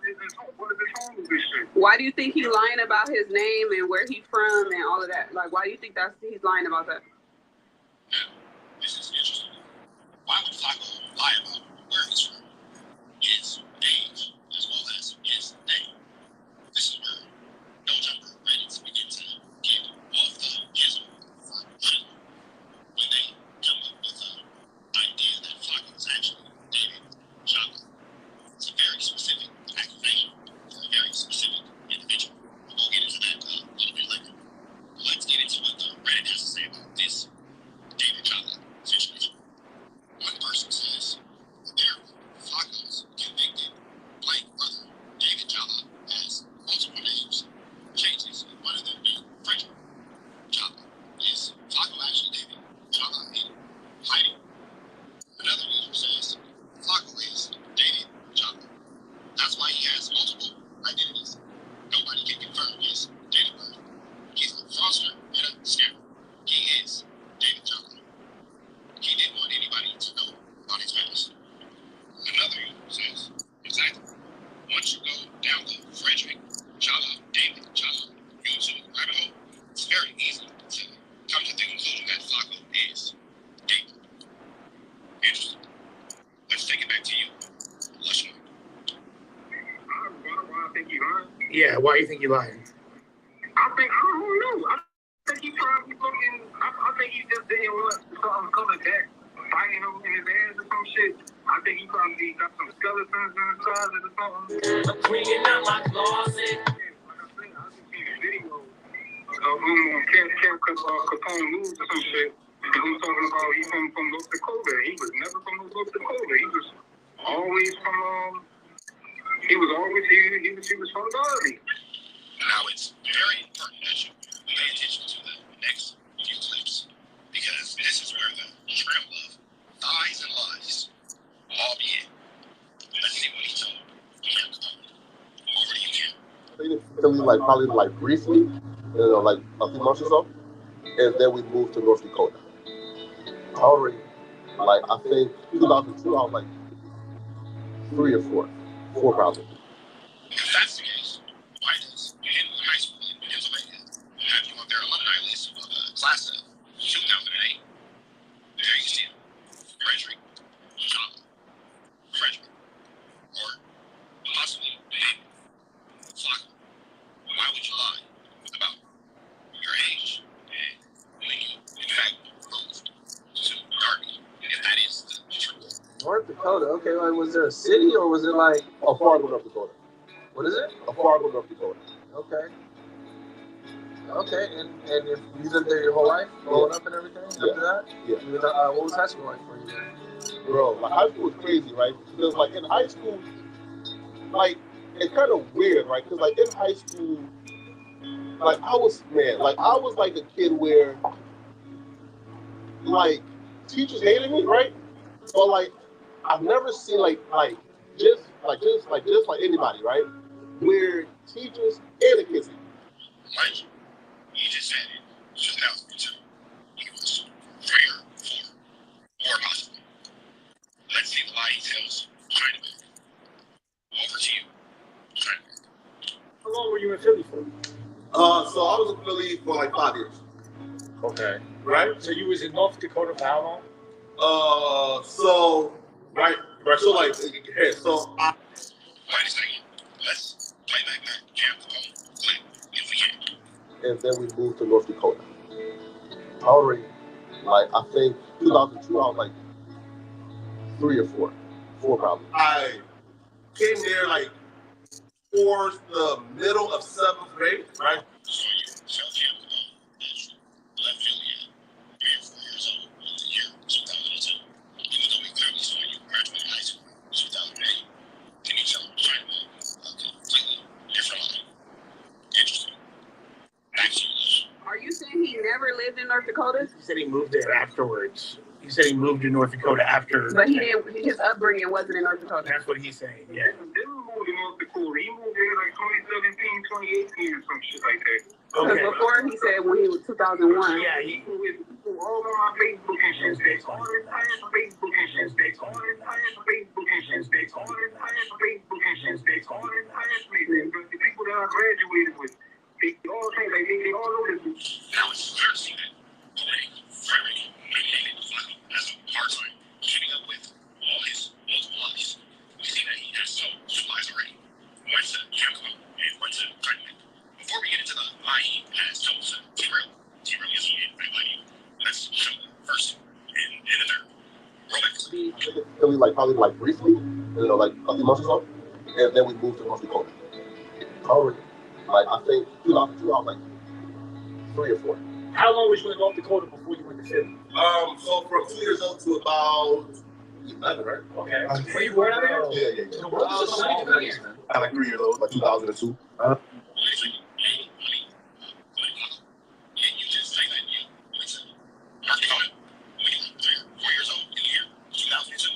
Now you're telling T-Rail that's the same year you came to America. Which lie is the truth? Let us know. Philly, like probably like briefly, like a few months or so, and then we moved to North Dakota. Already, like I think 2002, I was like 3 or 4. Were you born out there? Yeah. The world is a small place, man. I like 3 years old, like 2002. Three different lies on 3 different platforms. Why is Flacco lying about where he's from? Why is Flacco lying about who he is? As Jim said, why would he lie about his name? Let's get back to it. Back to you. I'm gonna ask Frederick about the Darby issues. Appreciate y'all. Listen, I'm telling the truth. He wasn't lying about middle one. This is real. This is what makes me concerned for the Super Bowl. This is where the case of weird freaky behavior of underage and mindfulness towards women begins to unravel about Flacciano's dark method. Let's hear what he has to say. Man, it's nasty work, man. How you doing, Flacco, man? 10 years ago, I'm 30 Barcelona. Did next road trip, like you got and this video comes on bike, and we start watching. The video is about an African warlord out in Liberia, and this motherfucker is saying the craziest shit you ever heard anybody ever say about killing babies, eating babies, slaughtering people, arming child soldiers, going out into the fucking jungles and killing people. The crazy, but he says it all with kind of like it's not that big a deal. And it turns out his name is General Butt Naked. And the reason why his name is General Butt Naked is because when he would go out to fight in the war, A, I believe he would eat a child before he would go out there, and B, he would go out there butt naked to the battle. Jesus Christ. So then we're sitting here today. My understanding was that he was from North Dakota. He goes, no, actually, I'm from West Africa. I go, where at? He goes, Liberia. I go, Liberia? You know General Butt Naked. His response, Yeah, my family goes to a church. Mike Rogers got $1 million from the drug industry. He voted against lowering prescription drug prices and to take away guaranteed Medicare benefits. That's nasty work. How you doing, Flacco, man? I'm gonna have to dig into this and report on this Trapper versus Flacco. Flacco, man, that's crazy.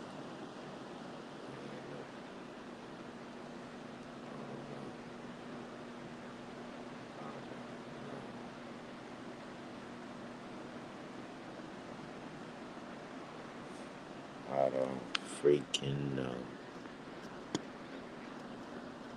But it's very been TV, man. Like, share, subscribe to the page.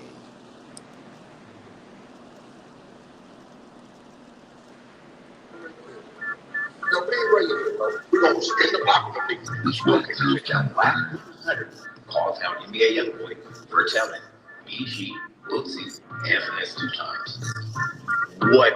Let's get straight to it. In the block. I don't give a fuck. Money talk. Listen, ain't no money talk, nigga. Ain't no money talk that much without you talking. At the end of the day, bro, at the end of the day, let's do the math. You think them folks would have went through all that house arrest in Utah, all them 3-year delays to give a nigga 27 months, bro? Now, we ain't gonna talk about the additional charges he caught in Utah where they got him on the phone ordering his own scripts and they found another gun and the scripts in the house. Let's not talk about those additional charges. Let's act like they ain't there, right? You already got a pre-existing gun case where they said you was looking at behind the scenes. Now you got another gun case while on house arrest and a federal charge of 4 different pharmacies in 3 different counties where they got your voice ordering scripts and they found the scripts and another gun at the house. You telling me that's 27 months federal? He a rat. He a rat. He a rat. I'm talking about he's still in jail. He a rat. He a fucking rat. Go to court. Bro, you telling me things? I'm asking you, bro. Realistically, I don't believe the rat. He a fucking rat. Oh, no. You telling me that's 27 months? But I'm saying, man, I mean, deal for the other stuff, man. I'm asking you a simple question, bro. See, I got all real family members that I don't, with nephews, I don't.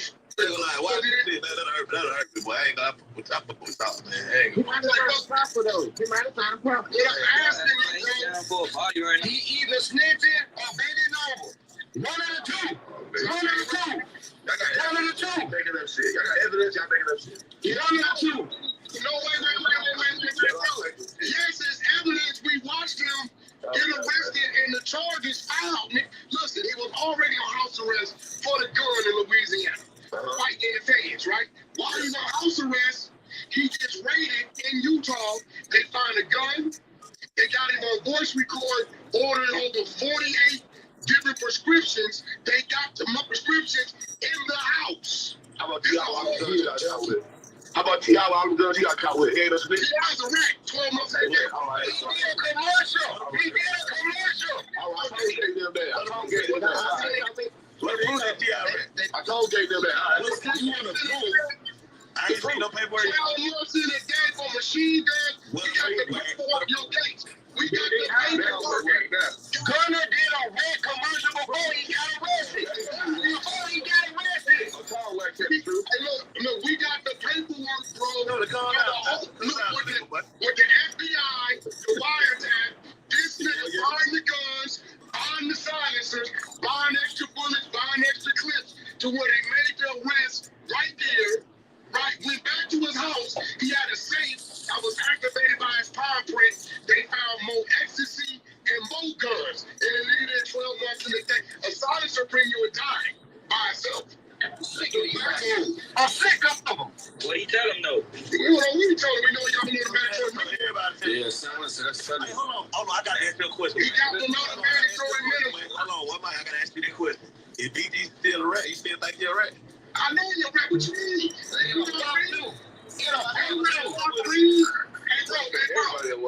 I gave you the paperwork. You can't read, nigga. Oh, you did. Now you came in my room with it. And you see how he came out. The paperwork right there, my nigga. Like, I'm still alive, hey, yo, listen. Yo, Gates. I don't give a fuck if he's your favorite rapper, that's great. That don't take away that he's a rat. It's right there, bro. Man, they ain't like it used to be, bro. This shit's sad, man. It is like it used to be. You gotta look up too, bro. All these niggas out of that mind. No, you ain't stuff too. You like their music. Just because you like their music, you ain't supposed to look up to those niggas you don't know. These niggas influence me when I was riding around the hood, robbing, doing crazy. Bro, they street reporters, bro. I was public, bro. Yes, they are entertainers. Hey, Lucy in the main tailgate. Hey, shit won't be. Now, Lucy solid, way. I don't know nothing about Lucy. I ain't never looked into it. So I don't know nothing. I don't know. None of them cooperate at all. None of them ain't cooperate. Why he solid? I've never looked into him. I don't know nothing about him. I'll give them credit. Like, yeah, all of them gave them credit. None of their peoples, none of them cooperated at all. All of them was offered. Nobody cooperated. I don't know what he did do, so I don't know what situation. He's trying to make it. Even his the only thing I'm gonna tell you is I know nothing about his situation, so I'm gonna put 2 times. What? He's a rat. I got his work. What? I gave you all the work. I brought you niggas on Clubhouse, and I gave you all the work. Nigga, remember when he lied? I said, if you lie, I'm gonna expose your channel. I put it up. How about Jay Prince? What? Jay Prince is a good businessman. Jay Prince is a great businessman. The only thing I tell him, because I know the nigga, right? Will he get it done? Can he get it done? Yes. But the difference between him and a lot of other niggas, he's not a doer. If you catch him, he will do what he wants to. If you run up on whack, nigga, you gonna get a 14-year-old gangbanger. That's what you gonna get out of me immediately. He's not a doer. He's here to get it done. Excellent businessman. The nigga got a great influence. You can't take none of that from me. But nigga, you ain't gonna do shit yourself. Okay. What about Kevin Gates? He a gangster, though, ain't he? Kevin Gates solid. Oh, he's a gangster. He's solid. Bro, solid. I bet so. No, they solid love. Yeah, I know. He understood. Gates solid in love. And one thing about Gates, but they shit don't rap around niggas. That nigga gonna do his time. That nigga gonna right level another day. You got to do it to Gates. Like Gates is gonna show up. You got to just Gates up. Yeah, Gates is gonna show up. He gonna show up. You got to just kill him up. You ain't no blood. You got to know Kevin Gates. Kevin Gates goes. Hey, what? But the rap around niggas are. Y'all know Boosie telling y'all. I put that work out too. We telling y'all see Boosie. Y'all see he told. We call Torres. Hold on. Bro, he told on the Dago tapes. The nigga said. What he said? That ain't whack or everything. That nigga said. Yeah, well, I hear that right. I brought him a Rockstar room. I said, hey nigga, you the nigga who went on live and put the camera on Boosie back, right? He said, yeah, whack, but it was innocent. I said, no, it wasn't. That camera was a wire device. You working. He said, what you mean? I said, ain't your name this or that? He said, yeah. Look, I said, ain't this your paperwork? You did a CI on 15 of your homies. Here go the letter you wrote to the judge saying you was in fear of your life to change your issue, right? The nigga run out the room. So this is what justified them pulling Boosie over, because the nigga who had the live was working. Now, when they take Boosie to jail, the Boosie screaming, the guns is my security. When they asked the security said, I have one gun registered to me. I checked the gun at the airport, flew to California. They go my license. Boosie telling the police, both the guns is a security. If that security gets hit with that other gun, he's illegal, right? The security ain't only both the guns. Boosie is on paperwork. We got it saying both guns is the security. They telling Boosie, be quiet, let us read us your Miranda and show you what we got. He won't be quiet. They said, look, bro, this is you, right? And they showed him the video from the CI nigga with the gun in the small of his back. But the nigga's on paperwork screaming, both guns is my security. The security is only claiming one gun because the second gun revoked his license and sent him to the penitentiary. That's it. That's telling, bro. We got to work. That's it. So, now that really was his incident. Now that really was not the gun that really was here. That wouldn't have been telling, cause that would have been just our good business. Yeah, that's my security. Yeah, but he put the other gun wasn't here. He tried to put the other gun on him and tell him. He told.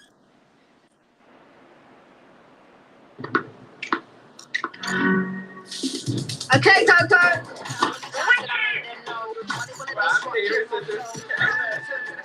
Yeah, man. Shout out to KGK TV, man. I brought y'all that so I can re-go over that Boosie paperwork to y'all. Read the paperwork. Yes. That's a good enough, huh? Yeah, man. It's crazy.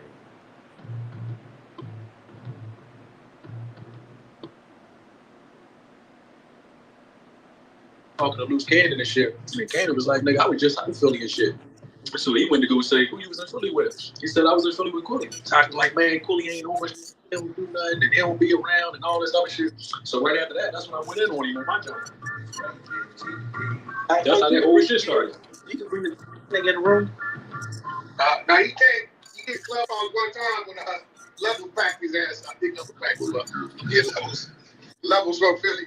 He probably wouldn't even tap in. Yeah, Levels cracked him. That's up. Levels had some content on the nigga. I can't remember what it was. I know the nigga, man. You know, every time I came across him, he was humble dude. You know, seemed to know his way around. But I don't know, right? He not the shit he was talking. He ain't on. He's a fallback type dude. So for him, he's speaking on my name. I'm like, bro, shit that whatever happened to me, nigga, is because I'm in the streets. Nigga. You ain't in the streets. Can't nothing happen to you. You can't get shot at. You can't get jumped or rolled on. You ain't got no shame. Oh, he talking about some shit that happened to you. Yeah. Street shit. Yeah, nigga, he ain't put no pain in. That's exactly what I'm trying to say. Nigga, you put some pain in. I'm in the streets.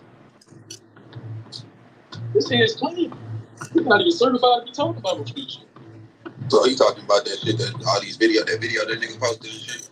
Yeah, when niggas jump me and all that. That don't count. That's good for your ass. You shouldn't have been like. Yeah, for sure. That's all. Your ass should have been like.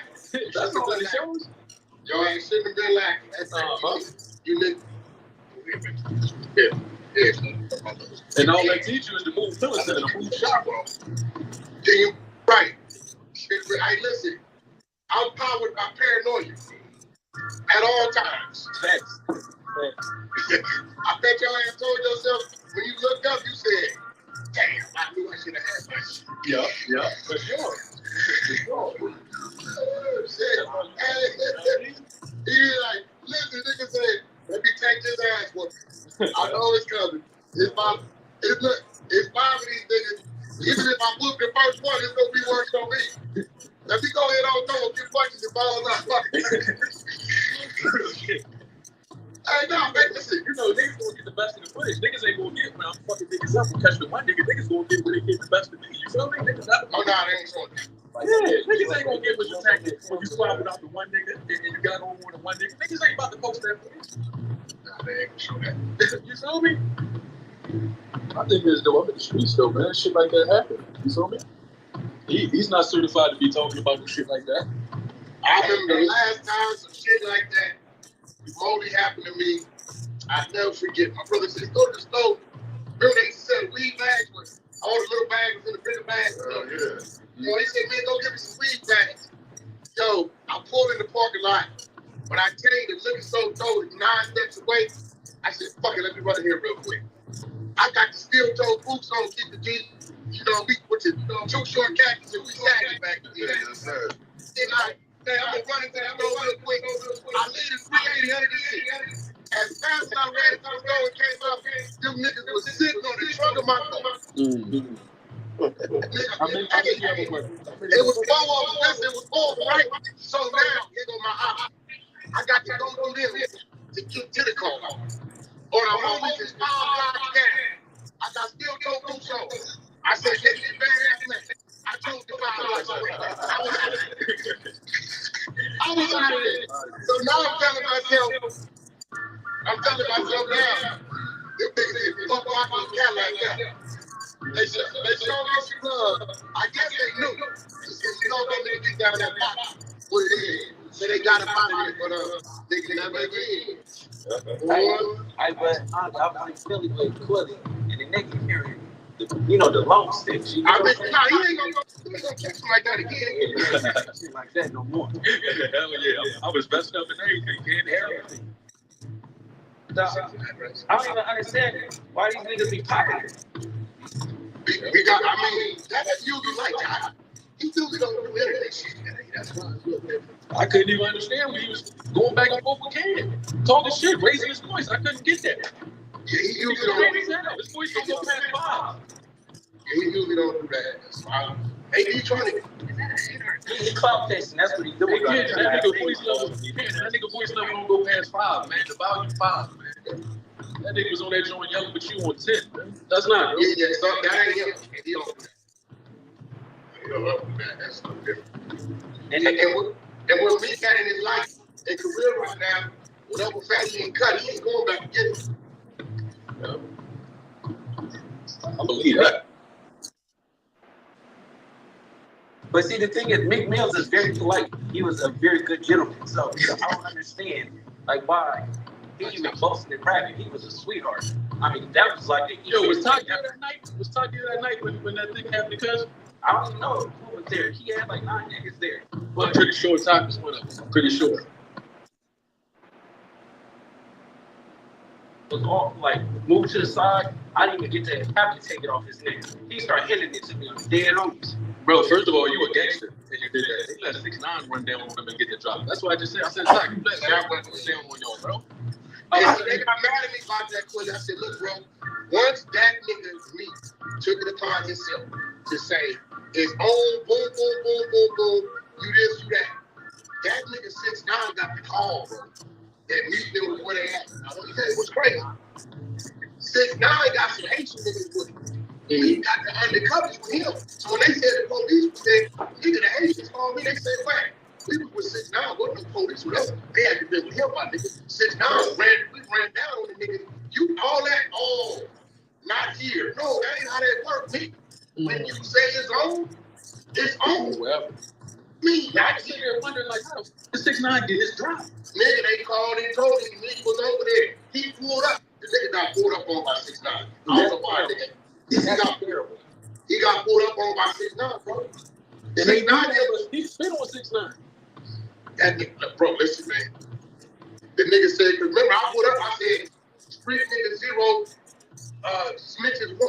Yeah, that shit crazy, yeah. We was on motherfucking lockdown, man. I remember when I was going crazy on the internet. Yeah, that was a loss because right there, I ain't gonna lie, that was a big loss. Nigga, come on, what are we all supposed to do? If you don't want it, if you ain't willing to accept what comes with this irrational bullshit, nigga, don't join the service. That was so a he loss. was nice like that and was popping it. What? They talking about going to jail and they gonna and all this other cool shit. Man, what y'all want me to do? You what said fucking in his own and all this other shit. Oh, sugar plum ass nigga. Bro, I'm talking about 6ix9ine was even popping shit on him. Like, nigga, you the one with the cops. He said, you said, I was lying. You wasn't lying. Yeah. And then he had the nerve to talk about whack. And then, but nigga, whack on him. He used to check in with you, right? Yeah, what he say? No, the nigga said, see, this is what's crazy. Why wouldn't you at your hood day? That was nobody's hood day. That wasn't nobody's hood day. So you saying some shit that just passed? Yeah, I said that wasn't nobody's hood day, nigga.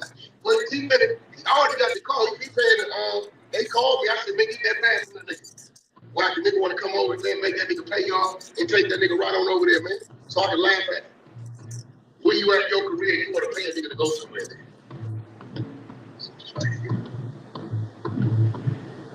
Oh, yeah. I talk shit. Hey, what up? What? Yeah. Hey, what? What up, bro? What's the deal, man? What that? Hey, hold on. I got a couple questions, man. Who is that? Who I'm talking to? It's one of Blue Bands from Detroit. It's Mud. Yeah, mother, call me whack. Don't call me baby, buddy. I don't know what to do. Hey, man. Okay, 100. All right, what's up? Like, you know, like,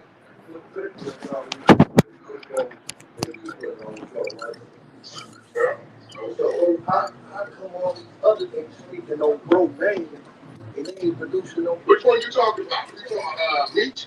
No, I'm talking about Blue the Bench. Okay, I mean, you gotta remember, Libby went into Blue the Bench's house. They stayed there. The nigga got a see. I'm probably with Blue the Bench. That nigga got a mountain of paperwork at his house with all them niggas telling him. He won't put it out. He just don't say that. I said that 2 days almost got killed by that little crazy P40 he got and know how to break in the house twice. Because this nigga that snuck and broke in the house. Yeah. You know that's one of the homies. I was listening the other day when you had the other Detroit wild ass niggas over there. So this is what they saying, right? This is what they saying. They're saying, maybe they not understand what Blue the Bench said. Blue the Bench said, I wish I could help you, but everything I know y'all already got. That's right. He said, it's all in the paperwork. 18 niggas didn't told y'all everything. I can't tell you nothing. So what they're insinuating is told, people don't tell them this is what this situation is. There's nothing in the paperwork that says Blue told him anything. He said, looking at the paperwork, y'all got that paperwork. Y'all got everything and everybody. It ain't got nothing. See, what niggas down here breaking Mr. Screw is, right? Like, Mr. Screw, that safety back. Blue got the blue here, that's everybody with They told on Blue. They told on him. Now, when he first came out, let me put it on the stage. When we first came out, they said, Blue Brother, when he first said it, right? Right. Me was referring to this. Me was referring to the ass spots in the middle, right? Once we get the paperwork and say, oh shit, it wasn't Blue, it was the fucking driver, right? After he did the paperwork, he realized it was the driver that told him, not Blue. He like, nobody knows about the ass spots in the middle. He totally forgot that, yeah, y'all know the car was what nobody did. So when you got to your destination, you're like, oh, they're going to find the driver. See, now, listen, let me give you a little history, right? You want to go to the floor, and you ain't gonna say it on the thing, you ain't gonna start looking for wood. You gonna put it on the floor. Now, listen, I don't agree with people who are here. Guys, where they come from. Guys, right? Edge of the board, you're gonna earn it, right? Right? So I come from that area. Now, Blue got 6 years ago. Blue's big dog, right? Yeah. That's the Kevin family. That's the Detroit family, right? And stuff. Yeah. Blue is our family. So what motherfuckers gonna put word of mouth on something and ain't no paperwork gonna say. But here go the thing. Here's what this bucks at. It's what the bucks all at. When Blue Da Vinci got out of jail, Meech called and did the intro on this little right. This Meech is on the intro. Right. No, it was the intro, you know what I'm saying? So that's when that came. He's like, nigga couldn't have been nobody but when he did his work, he realized, oh, it's the driver. Hey, driver. Hey, man, I know you did. But you see that cuppy thing? You see that cuppy thing? I'm doing this on the cuppy shit. Hey, I talked to Cuppy's daughter. I got him charged for me right there. Keep it in your phone. I talked to Cuppy's daughter, and all that ties into that 50 had to do the business with. The third party cooperative who was working for him to knock the time off. Hey, right? But hey, Black, you know what they used to be? That used to be Blue. That used to be Blue. Yeah, and then Beach get up under the Beach. Then we go to work for him.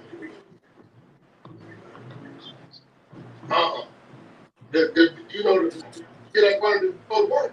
Remember years ago when they were saying Beach to get out? Right. That was based on the country move. Right. It went bad when they found out that Trump agent went back. When the bitch fucking the agent, the feds pulled the time deduction off the table. Don't think you don't know what you're talking about. When it's true. That's why that went away. But you gotta remember, why was what she doing apply to him? Because all that was the thing. She came in there as the CI, as a cooperative. Then he signed over all his life rights and everything, not to his baby mama, not to his brother, not to his mom and daddy and sister, not to his son, to her. Hey, listen, I know we live on this shit, man. There's a lot of shit I want to speak on, but I don't want to speak on it on this live shit, man. But I wanted to know, you can ask Blue Bull, whatever you want to do in your research about me. Blue will tell you I'm authentic about this shit. There's a lot of shit I can speak on in the road, and we need to put it on the floor. Because Blue, that's our family, man. And we roll with it, man. You know what's crazy is that a lot of people didn't know that. If it wasn't for Blue and that script he brought, some Southwest, he would have had his way.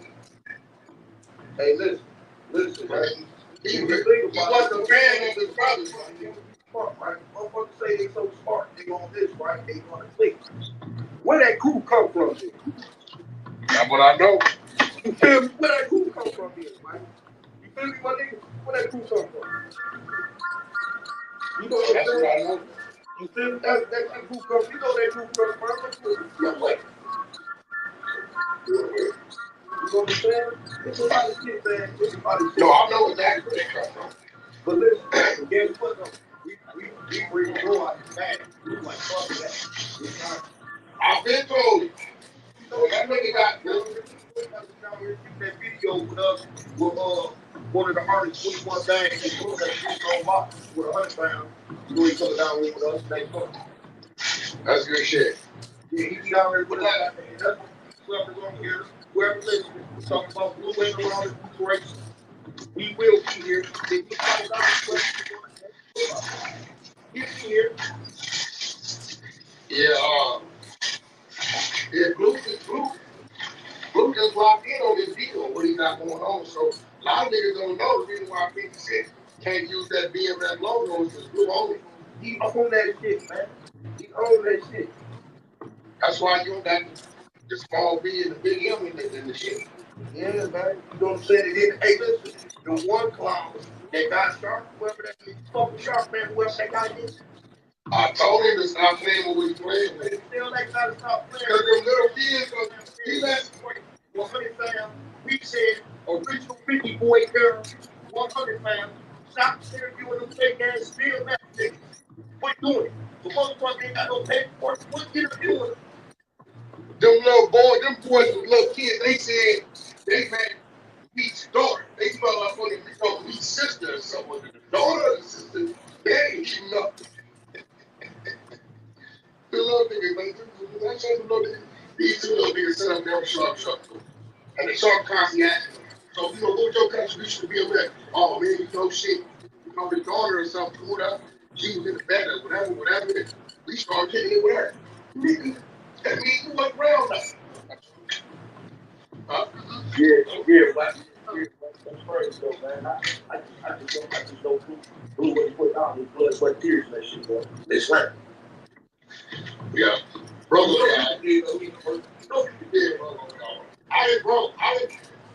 read, nigga. I said, nigga, the house in Florida. You know, Blue get us all our cars. So, you know, when it be, he ain't coming to pick the car from the hotel. He gonna tell me, fuck you, when you bring the car to my house, you know what I mean? Right. Everybody else, you know, you drop off, come pick up, so when I came over there, okay, so that's all the bill we pay for. That nigga got out of that shit. I sat there and read that shit. And I ain't gonna lie. 60% of the niggas was the Southwest T-side technical. That's great. But they want to make it seem like dog, bro. Who he is, though. Fuck that. You feel me? Like, come on, man. You feel me? Like, come on, man. Everybody discredit bro like that, man. Everybody discredit those. Blue a real motherfucker, man. And I was fuck. He didn't get more shit buzz. He get the niggas did buzz. And he pointed them niggas out right now.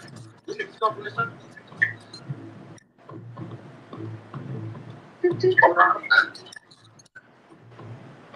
That's real talk. Come on, I'm ready. Go ahead. Hey, Quinn, what really happened with that video, bro? I'm just going to see it right now. I just put your name in it. That's what I see. Yeah, I mean, you know, that's when I had took some pictures and, you know, some things happened. You feel me? Oh, okay, I see what you're saying. For sure. Yes, sir. You know, keep it all the way funky, bro. Good, nigga. You got caught that ugly. Yes, sir. So that's what when they got the video. Yeah, when they got the video of the nigga with the I ain't gonna lie, the nigga with the left foot, the nigga with the rubber up there. With the nigga deep. Yeah, there was also scribbles that too. You know, the camera was your one hand, bro. You feel me? I ain't gonna lie, bro. You like no motherfucking boxers, nigga. You know the camera happened up. Yeah. I get my shit on, but you know, that's not what you're talking about. That ain't strong. I'm about to let you get me shit. You feel me? Yeah, because I'm like, man, that's what I said. I'm ready to leave, bro. That's just right here.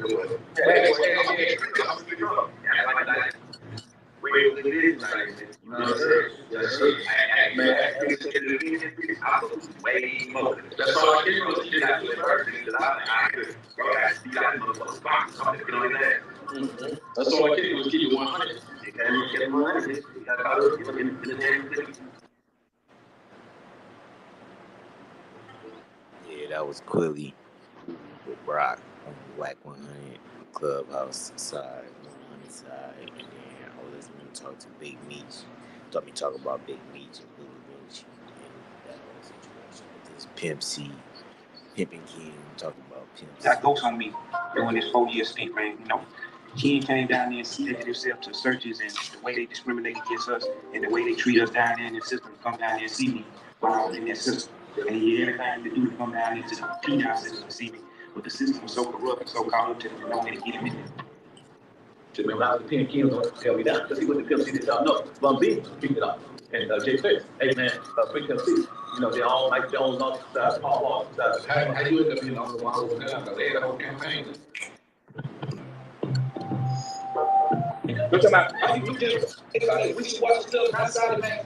They over here, man. We made some classic coats over here, man. Straight up. We got classic coat and new generation over there. Pimps. Which one are you, man?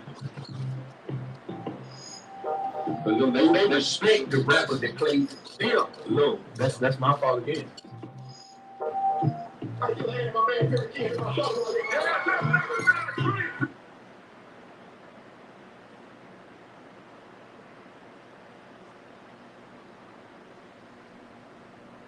Let's get back to the show. Yo, welcome to It's Up There Podcast. I am your active and attractive host for another episode of the fastest growing podcast on the market right now. You know the vibes is hot. Number one, this episode is brought to you by Prize Picks. Prize Picks is the number one sports betting app in North America. It's where you can turn $10 into $1,000. If you support It's Up There Podcast, you head to prizepicks.com, use my code IUTP, and you get yourself in the game. We'll send you something. We'll match whatever you put in. You start to get you some money on, you dig? So y'all tap in with me, man. If you support the show, Prize Picks, we want to salute and shout out to them. Also, patreon.com is Up There Podcast. For those of you that's already there, you know this is for y'all. Salute to y'all. It's always love with y'all. Today we got somebody, man, that I was looking forward to speaking with. I had the days mixed up, but we got the job done. We got Pimpin' Ken. What's going on, bro? Hey, man, ain't nothing up for airplanes right there. That's Lord. That's Lord. How you feeling? With my hands and my toes. You know, every now and then, you know, might catch somebody for some hoes. Just fucking with you, man. I'm out the game, man. I'm out the game. You out the game? Hey, man, just like, you know, Michael Jordan, Kobe, you know, my man Larry Bird, Magic Johnson, you know, they was in the NBA. I was in the NPA, and that's the Pimp Association. You did? Right. Yeah. But you retired? Yeah, I retired at 2-3 at Michael Jordan. Okay. How long you been retired? Man, it'd be, it's just the mother showed that movie, really pimping this off. They put my movie Pimp out there in court. That was about, they put it in court. Yeah, on you? Sir Charles and Scooby and Atlanta Red got caught up. They had a movie called Really Pimping the South. And they put my movie in the court. And they said, this is another movie that was influenced young with Pimp. I said, okay, if that's the case, then well, I'm out of here like last year. So I backed up like OJ, spit up out there like the podcast, man. You know? Damn, so, okay, but they didn't have you in court. Oh, hell, they was you on some white slavery? No, man, Pimp like light, man, you know what I'm saying, to beat their diaper, you know what I'm saying? Yeah, I was smashing, you know, from a ratchet with no passion, man. You know, like I said, man, you know, I'm like the gingerbread man, catch me if you can. You know what I'm saying? Yes, Lord. I just be wondering, because, you know, you've been at the top of this game for a while. Right. You know what I'm saying? I've seen niggas with lower status than you get caught up in things, you know what I'm saying? So it's called Miss Pimpin'. Yeah, you gotta be slick. Yeah, Miss Pimpin' ain't no pimpin' at all. Pimpin' is a non-contact sport. A lot of these people, man, they run out of game, they put their hands on them, man, that's what get them caught up. You see what I'm saying? So, you know, one thing you got to do, you got to understand that the game is a mind game. It's a game of psychology. You know, you got to play a mind game. You know, you can't never control the brow unless you control the head. But since you control the head, you control the brain. So a lot of dudes, you know, they try to control the body. They, you know, they try to be cocksmen. You know what I'm saying? So in other words, they let the little head outsmart the big head, and then they end up caught up. Yeah. You think gorilla pimping get it done? Yeah, man, we don't put McGillis in gorillas. You know what I'm saying? You know, we run off the track. Yeah. We don't knock them off this, man. Hey, keep putting hands on you. Don't put players on you. You know what I'm talking about? Yes, Lord. What was the prime years of your run? Well, in 96, 97, 98, I won Pimp of the Year, International Pimp of the Year, Local Pimp of the Year. I won every trophy it was. So at that time, I'm about the black and white mix to the game. I brought the big crown rings and, young having money, $100,000 bust down from Jacob, what Jacob was. We shopping with Tito down the street on 7th Avenue in New York. I was with Jacob, so he was a kid. He was a kid. I think his family first put him in the business. So, just seeing that, and I always had the baddest, what I'm saying? So that's what made me pimping kid. But I didn't know that I was pimping kid. I didn't know that I was a cold the game. I was just living it. You know what I'm saying? My daddy was in the game. My daddy was a hustler and pimp. My uncles were hustlers and pimps. You know what I'm saying? So I grew up. I just was doing what I thought that was naturally in me. I don't even feel like, I'm gonna be a pimp and all that. I didn't feel like that. You know what I mean? It was just like, once I got in the game, I just said, what's the rules? You know what I'm saying? And you can't win a game unless you know the rules. So I knew the rules of the game, and that's why I know, man, you couldn't do this, you couldn't do that. You couldn't be riding around, you know what I'm saying? You can't, get mad to take your, you know what I'm saying, to take your, you know what I'm saying? You got to, take accept the surgery. And I learned those rules at a young age, and I learned the most important rule that you got to go to the doctor and have a triple bypass. So you got to all the symptoms removed out your heart. So, you know what I'm saying? You can't pimp if you're in your feelings. You know what I'm saying? You feel a lot like where the pussy feel, people kid like where the pussy pay to feel. So that's when I was at my prime. At that mindset, just having that, like I don't go. And then, I always tell this story. I said, my disdain for women comes from me being molested by my babysitter when I was street. The lady, There you go, right there. yeah, she raped me. Then my mama left me for dead in prison for 5 years. So I had a disdain for her too. So what I'm saying? It was just like I told Charlamagne, I think I was what you call it? I was suffering from mental illness, because I couldn't wrap myself. I had no feelings. I couldn't wrap myself around a woman.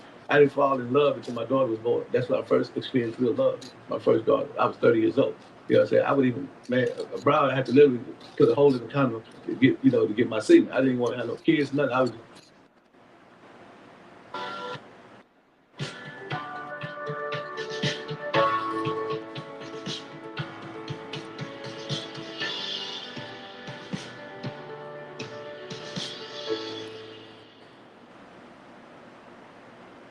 I've always been curious about life. My guiding principles are my roots.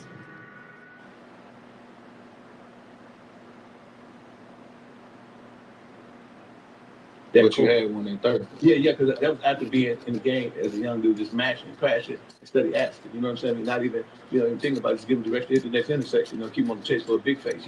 That was my mentality. I wasn't thinking about hey man, I love this bro, because my OG, Pippin Pope, may rest in peace, he gave me that game when we was in the cell in the penitentiary in Green Bay Reformatory School. So, I was young and I was acting while he was in prison. He told me he was in prison. I said, man, I'm missing something, man. He said, I read the Iceberg Slim books, I read the Dollar Goins book, I'm missing something. He said, you can't have no sympathy for it. She said, ain't no difference between the in-pocket to out-of-pocket. A pretty to ugly. She said, you kept the same on all of them. And once I learned that was the missing ingredient. All the other stuff, that was theatrics. You know what I'm saying? Just theater. Yeah. You ever have a girlfriend working for you? Well, my first encounter with the pimping, I was 16. My partner, JD John Divine from the east side of Milwaukee, he's one of the power heads and dude I grew up hustling with. He gave me a broad named Dirty Red. And you know what I'm saying? That's really like my first real girlfriend. You know what I'm saying? Yeah. Everybody else after that was like that, I like and I fall what I thought was in love with them, and break my heart. The chick that I liked the most, beautiful dark skinned sister, man. I was about 12 years old. I walked in and seen her in the bed with a 30-year-old man. He busting her down. You know what I'm saying? I'm like, woo, you know what I'm saying? I walked out the house, it was her house. You know what I'm saying? Her mama was gone. You couldn't have just walked out like that. Something happened. Well, something had to happen. Yeah, man, my heart got broken. You know what I'm saying? But you ain't address it or nothing? Well, no, because I was scared of the dude. He was bigger than me. He was a grown man. I'm like, I can't beat this grown man up. It was nothing I could do. I was fearful. I was heartbroken. I was like, man. And I think that's another reason why, I was such a great pimp. You know what I'm saying? Because I never got rid of that trauma. I had post-traumatic stress disorder on the, you know what I'm saying? To play me, you know what I'm saying? With the wound, I remember I went and stole some rings. And it was some men rings, some lady rings. I gave one of the little lady rings. I was like, man, I really like this broad. You know what I'm saying? But, and she knows what I'm talking about. Know who she is. You know what I mean? But, it kind of shaped me. I believe in the Christian faith, they say, the steps of a good man is ordered by God. God know what you're going to do before you do it. So I think, in the game, certain things that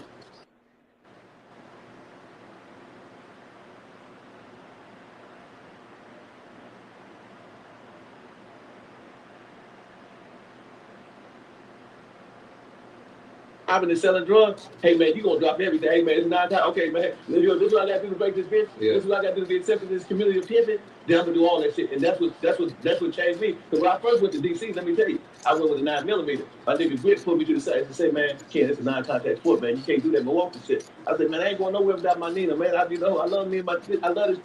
You know what I'm saying? He said, no, you can't do it. You know what I'm saying? And then, you start developing gangs. So now, when I wear my jewelry, if I see some gangsters, I'm gonna tuck my shit. You know what I'm saying? Nah, you ain't tucking your shit. No, this is what I'm saying. This is what I'm saying. Don't tell me you tucking your jewelry. No, what I'm saying, you don't, if you're in the streets and you got guns, you ain't tucking. But if you pimping, you ain't got no pistol, and you pimp with your mind, you're like, man, these little niggas, they finna get me. So I got shot 3 times with 9mm. So niggas try to take my shit. You gotta stand on it if you tucking. But you gotta stand on it. No, what I'm saying. It's smart though. You gotta play the smart game. Let me explain tucking. So let's say tucking, you don't wear your jewelry around. Yeah, I don't even. You know what I'm saying? If you ain't, because see, when you pimping, you ain't got no pistol.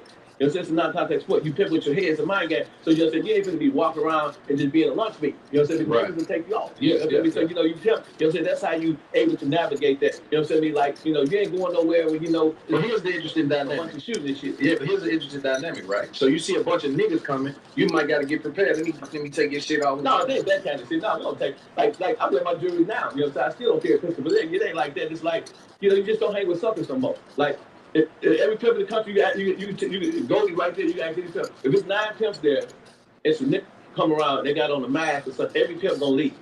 They'll say, man, these like some jack boys. You know what I'm saying? Because we know we leaving is different. Leaving is different than taking your jewelry. No, I don't take a. See, you got a misconception. What I'm but that's what you said though. Yeah, but what I'm saying is that if I got on a bunch of jewelry, and I know Goldie, all us doing to this day, we're gonna take our jewelry, we're gonna put it in because we're not gonna let them just rob us. Of course not. All this pimping. Of course not. Yeah, no, of course not. But it's walking around with a gun. Of course he's not gonna tell you. You ain't got no gun, and your lifestyle requires you to be guns. That's what you got to use your finesse. Use exactly right. Because that's what I'm saying. If I was going to a grocery store, I got $1 million of jewelry, I'm gonna take this. I'm gonna walk in there and say, I'm pretty sure you. I mean, you carry it. So you cool. Because we didn't do that. So I said that was unusual for me. I was used to wear my jewelry and having pistols and blood for me. You know what I mean? So that's why I'm saying the transition that you have to do, you have to move a little bit different than you move if you got a pistol. But you see a bunch of coming, you turn that jewelry off. Yeah, yeah.